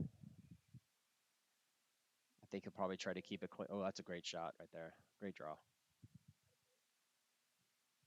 We're in the eighth end. 8th end? Yeah. Yep. Scoreboard is updated. So that was a really great draw from Cameron. You can see the center cars that had to get around, and it ended up very buried, although it poked out the other side a little bit. If LeClair wanted to take it on, and he's not at this point. Yeah. Anything behind that tee doesn't really concern him that much, Yeah. to a certain extent.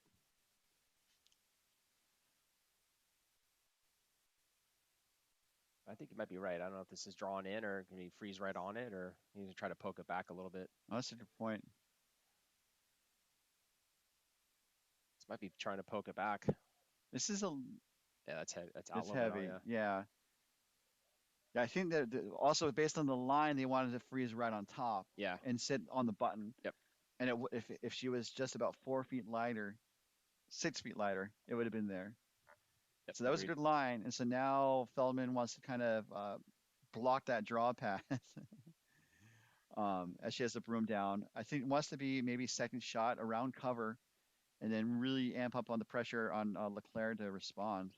Yeah. I mean, would you try to put one like just center line top 8? Yeah. Something around there? Yeah. At least lie 2? I mean, if it's a bad shot, though, LeClair would have a potential double. Yeah. So it's going to be interesting to see how this shot finishes as Feldman watches the rock go down the ice. So line looks pretty good. Let's see how it finishes. It's up weight again, so this is going to actually settle into the Settle right on it. A freeze isn't too bad either.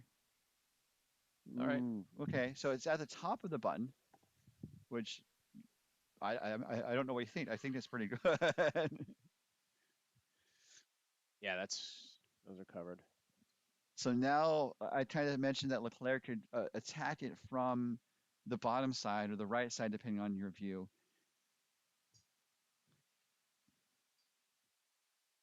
I think he's almost got to do that. Yeah. Looking at it from the head-on view. Ooh, that top. There's no run back on the yellows really either. Buried. Probably want to keep those guards. Maybe run the guards out if you don't have hammer. So yeah. No, but you also leave those up there. You can give up one and force it, go to an extra end, but you can't give up 2. Correct.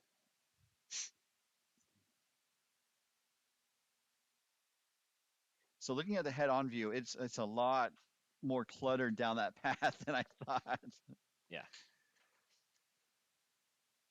It's pretty good. I mean, pretty good software program here. Yes, it's an open source streaming studio called OBS. Okay. Yeah, which is not the Olympic Broadcasting System. Hey, it looks pretty close.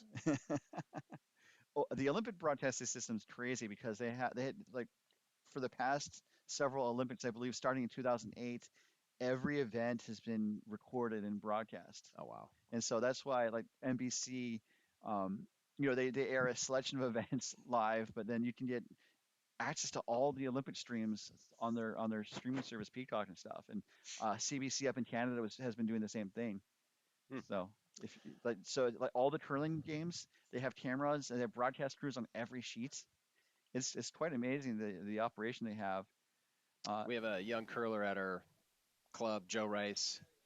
He's literally watched every single curling match on YouTube. So the more we can get up on there, the better.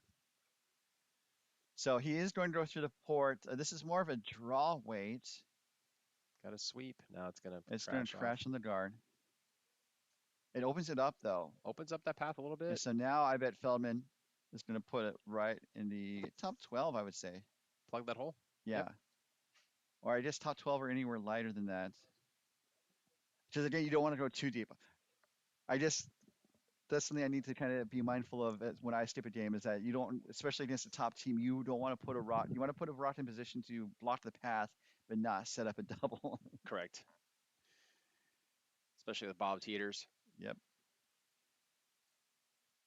How many people are on the chat?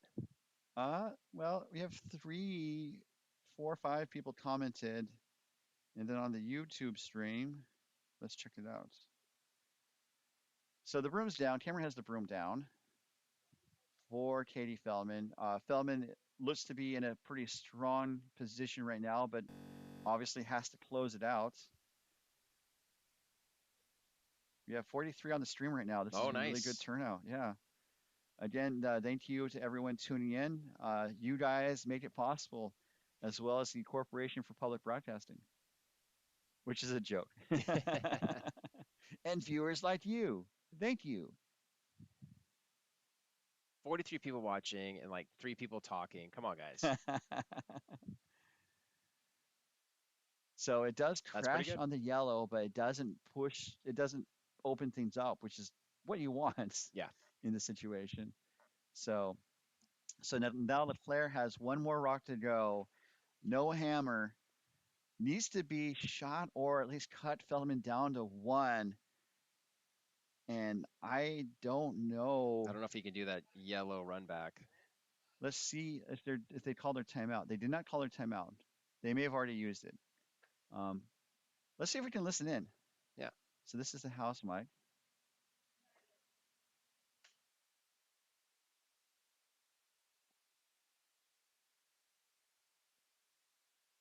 You can barely hear them. All right, I'm going to say no. We keep trying. Yeah, playing that yellow run back is, I don't know if you could still sit shot or just give up 1. Because I think now he's going to have to figure out how to just give up the 1. Yeah. I don't see a path for him to hit 1 himself or at least get shot. Yeah. So he wants to basically kind of double out the reds. Is that the shots? Yeah, I mean, he's going to hit the red into the other reds and try to split them all up. Wow. So this is Yeah, that's pretty much conceding a single, but trying to cut Feldman down to 1 and force Feldman to throw her final shots.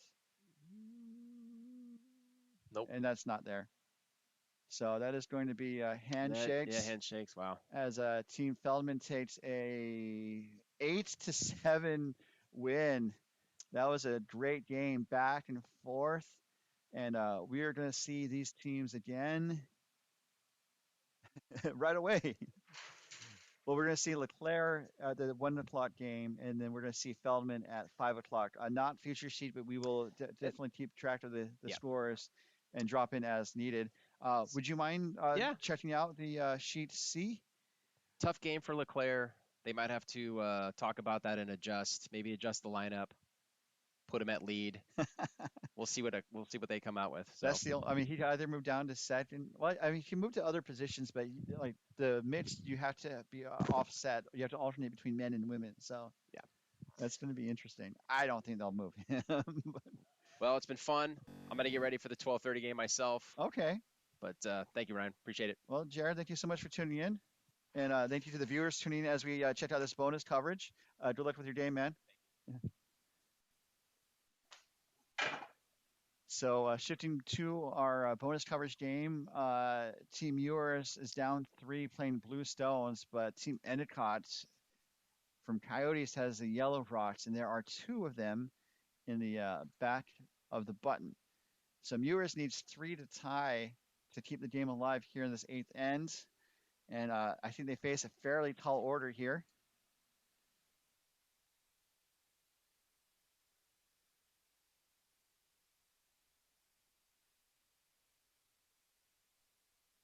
I think they're just trying to open things up with Ewers' stone there. It does run the yellow onto a blue. It jams. So it doesn't open things up, I don't think, much. So it looks like we're at Stip Stones. Actually, and they've just conceded.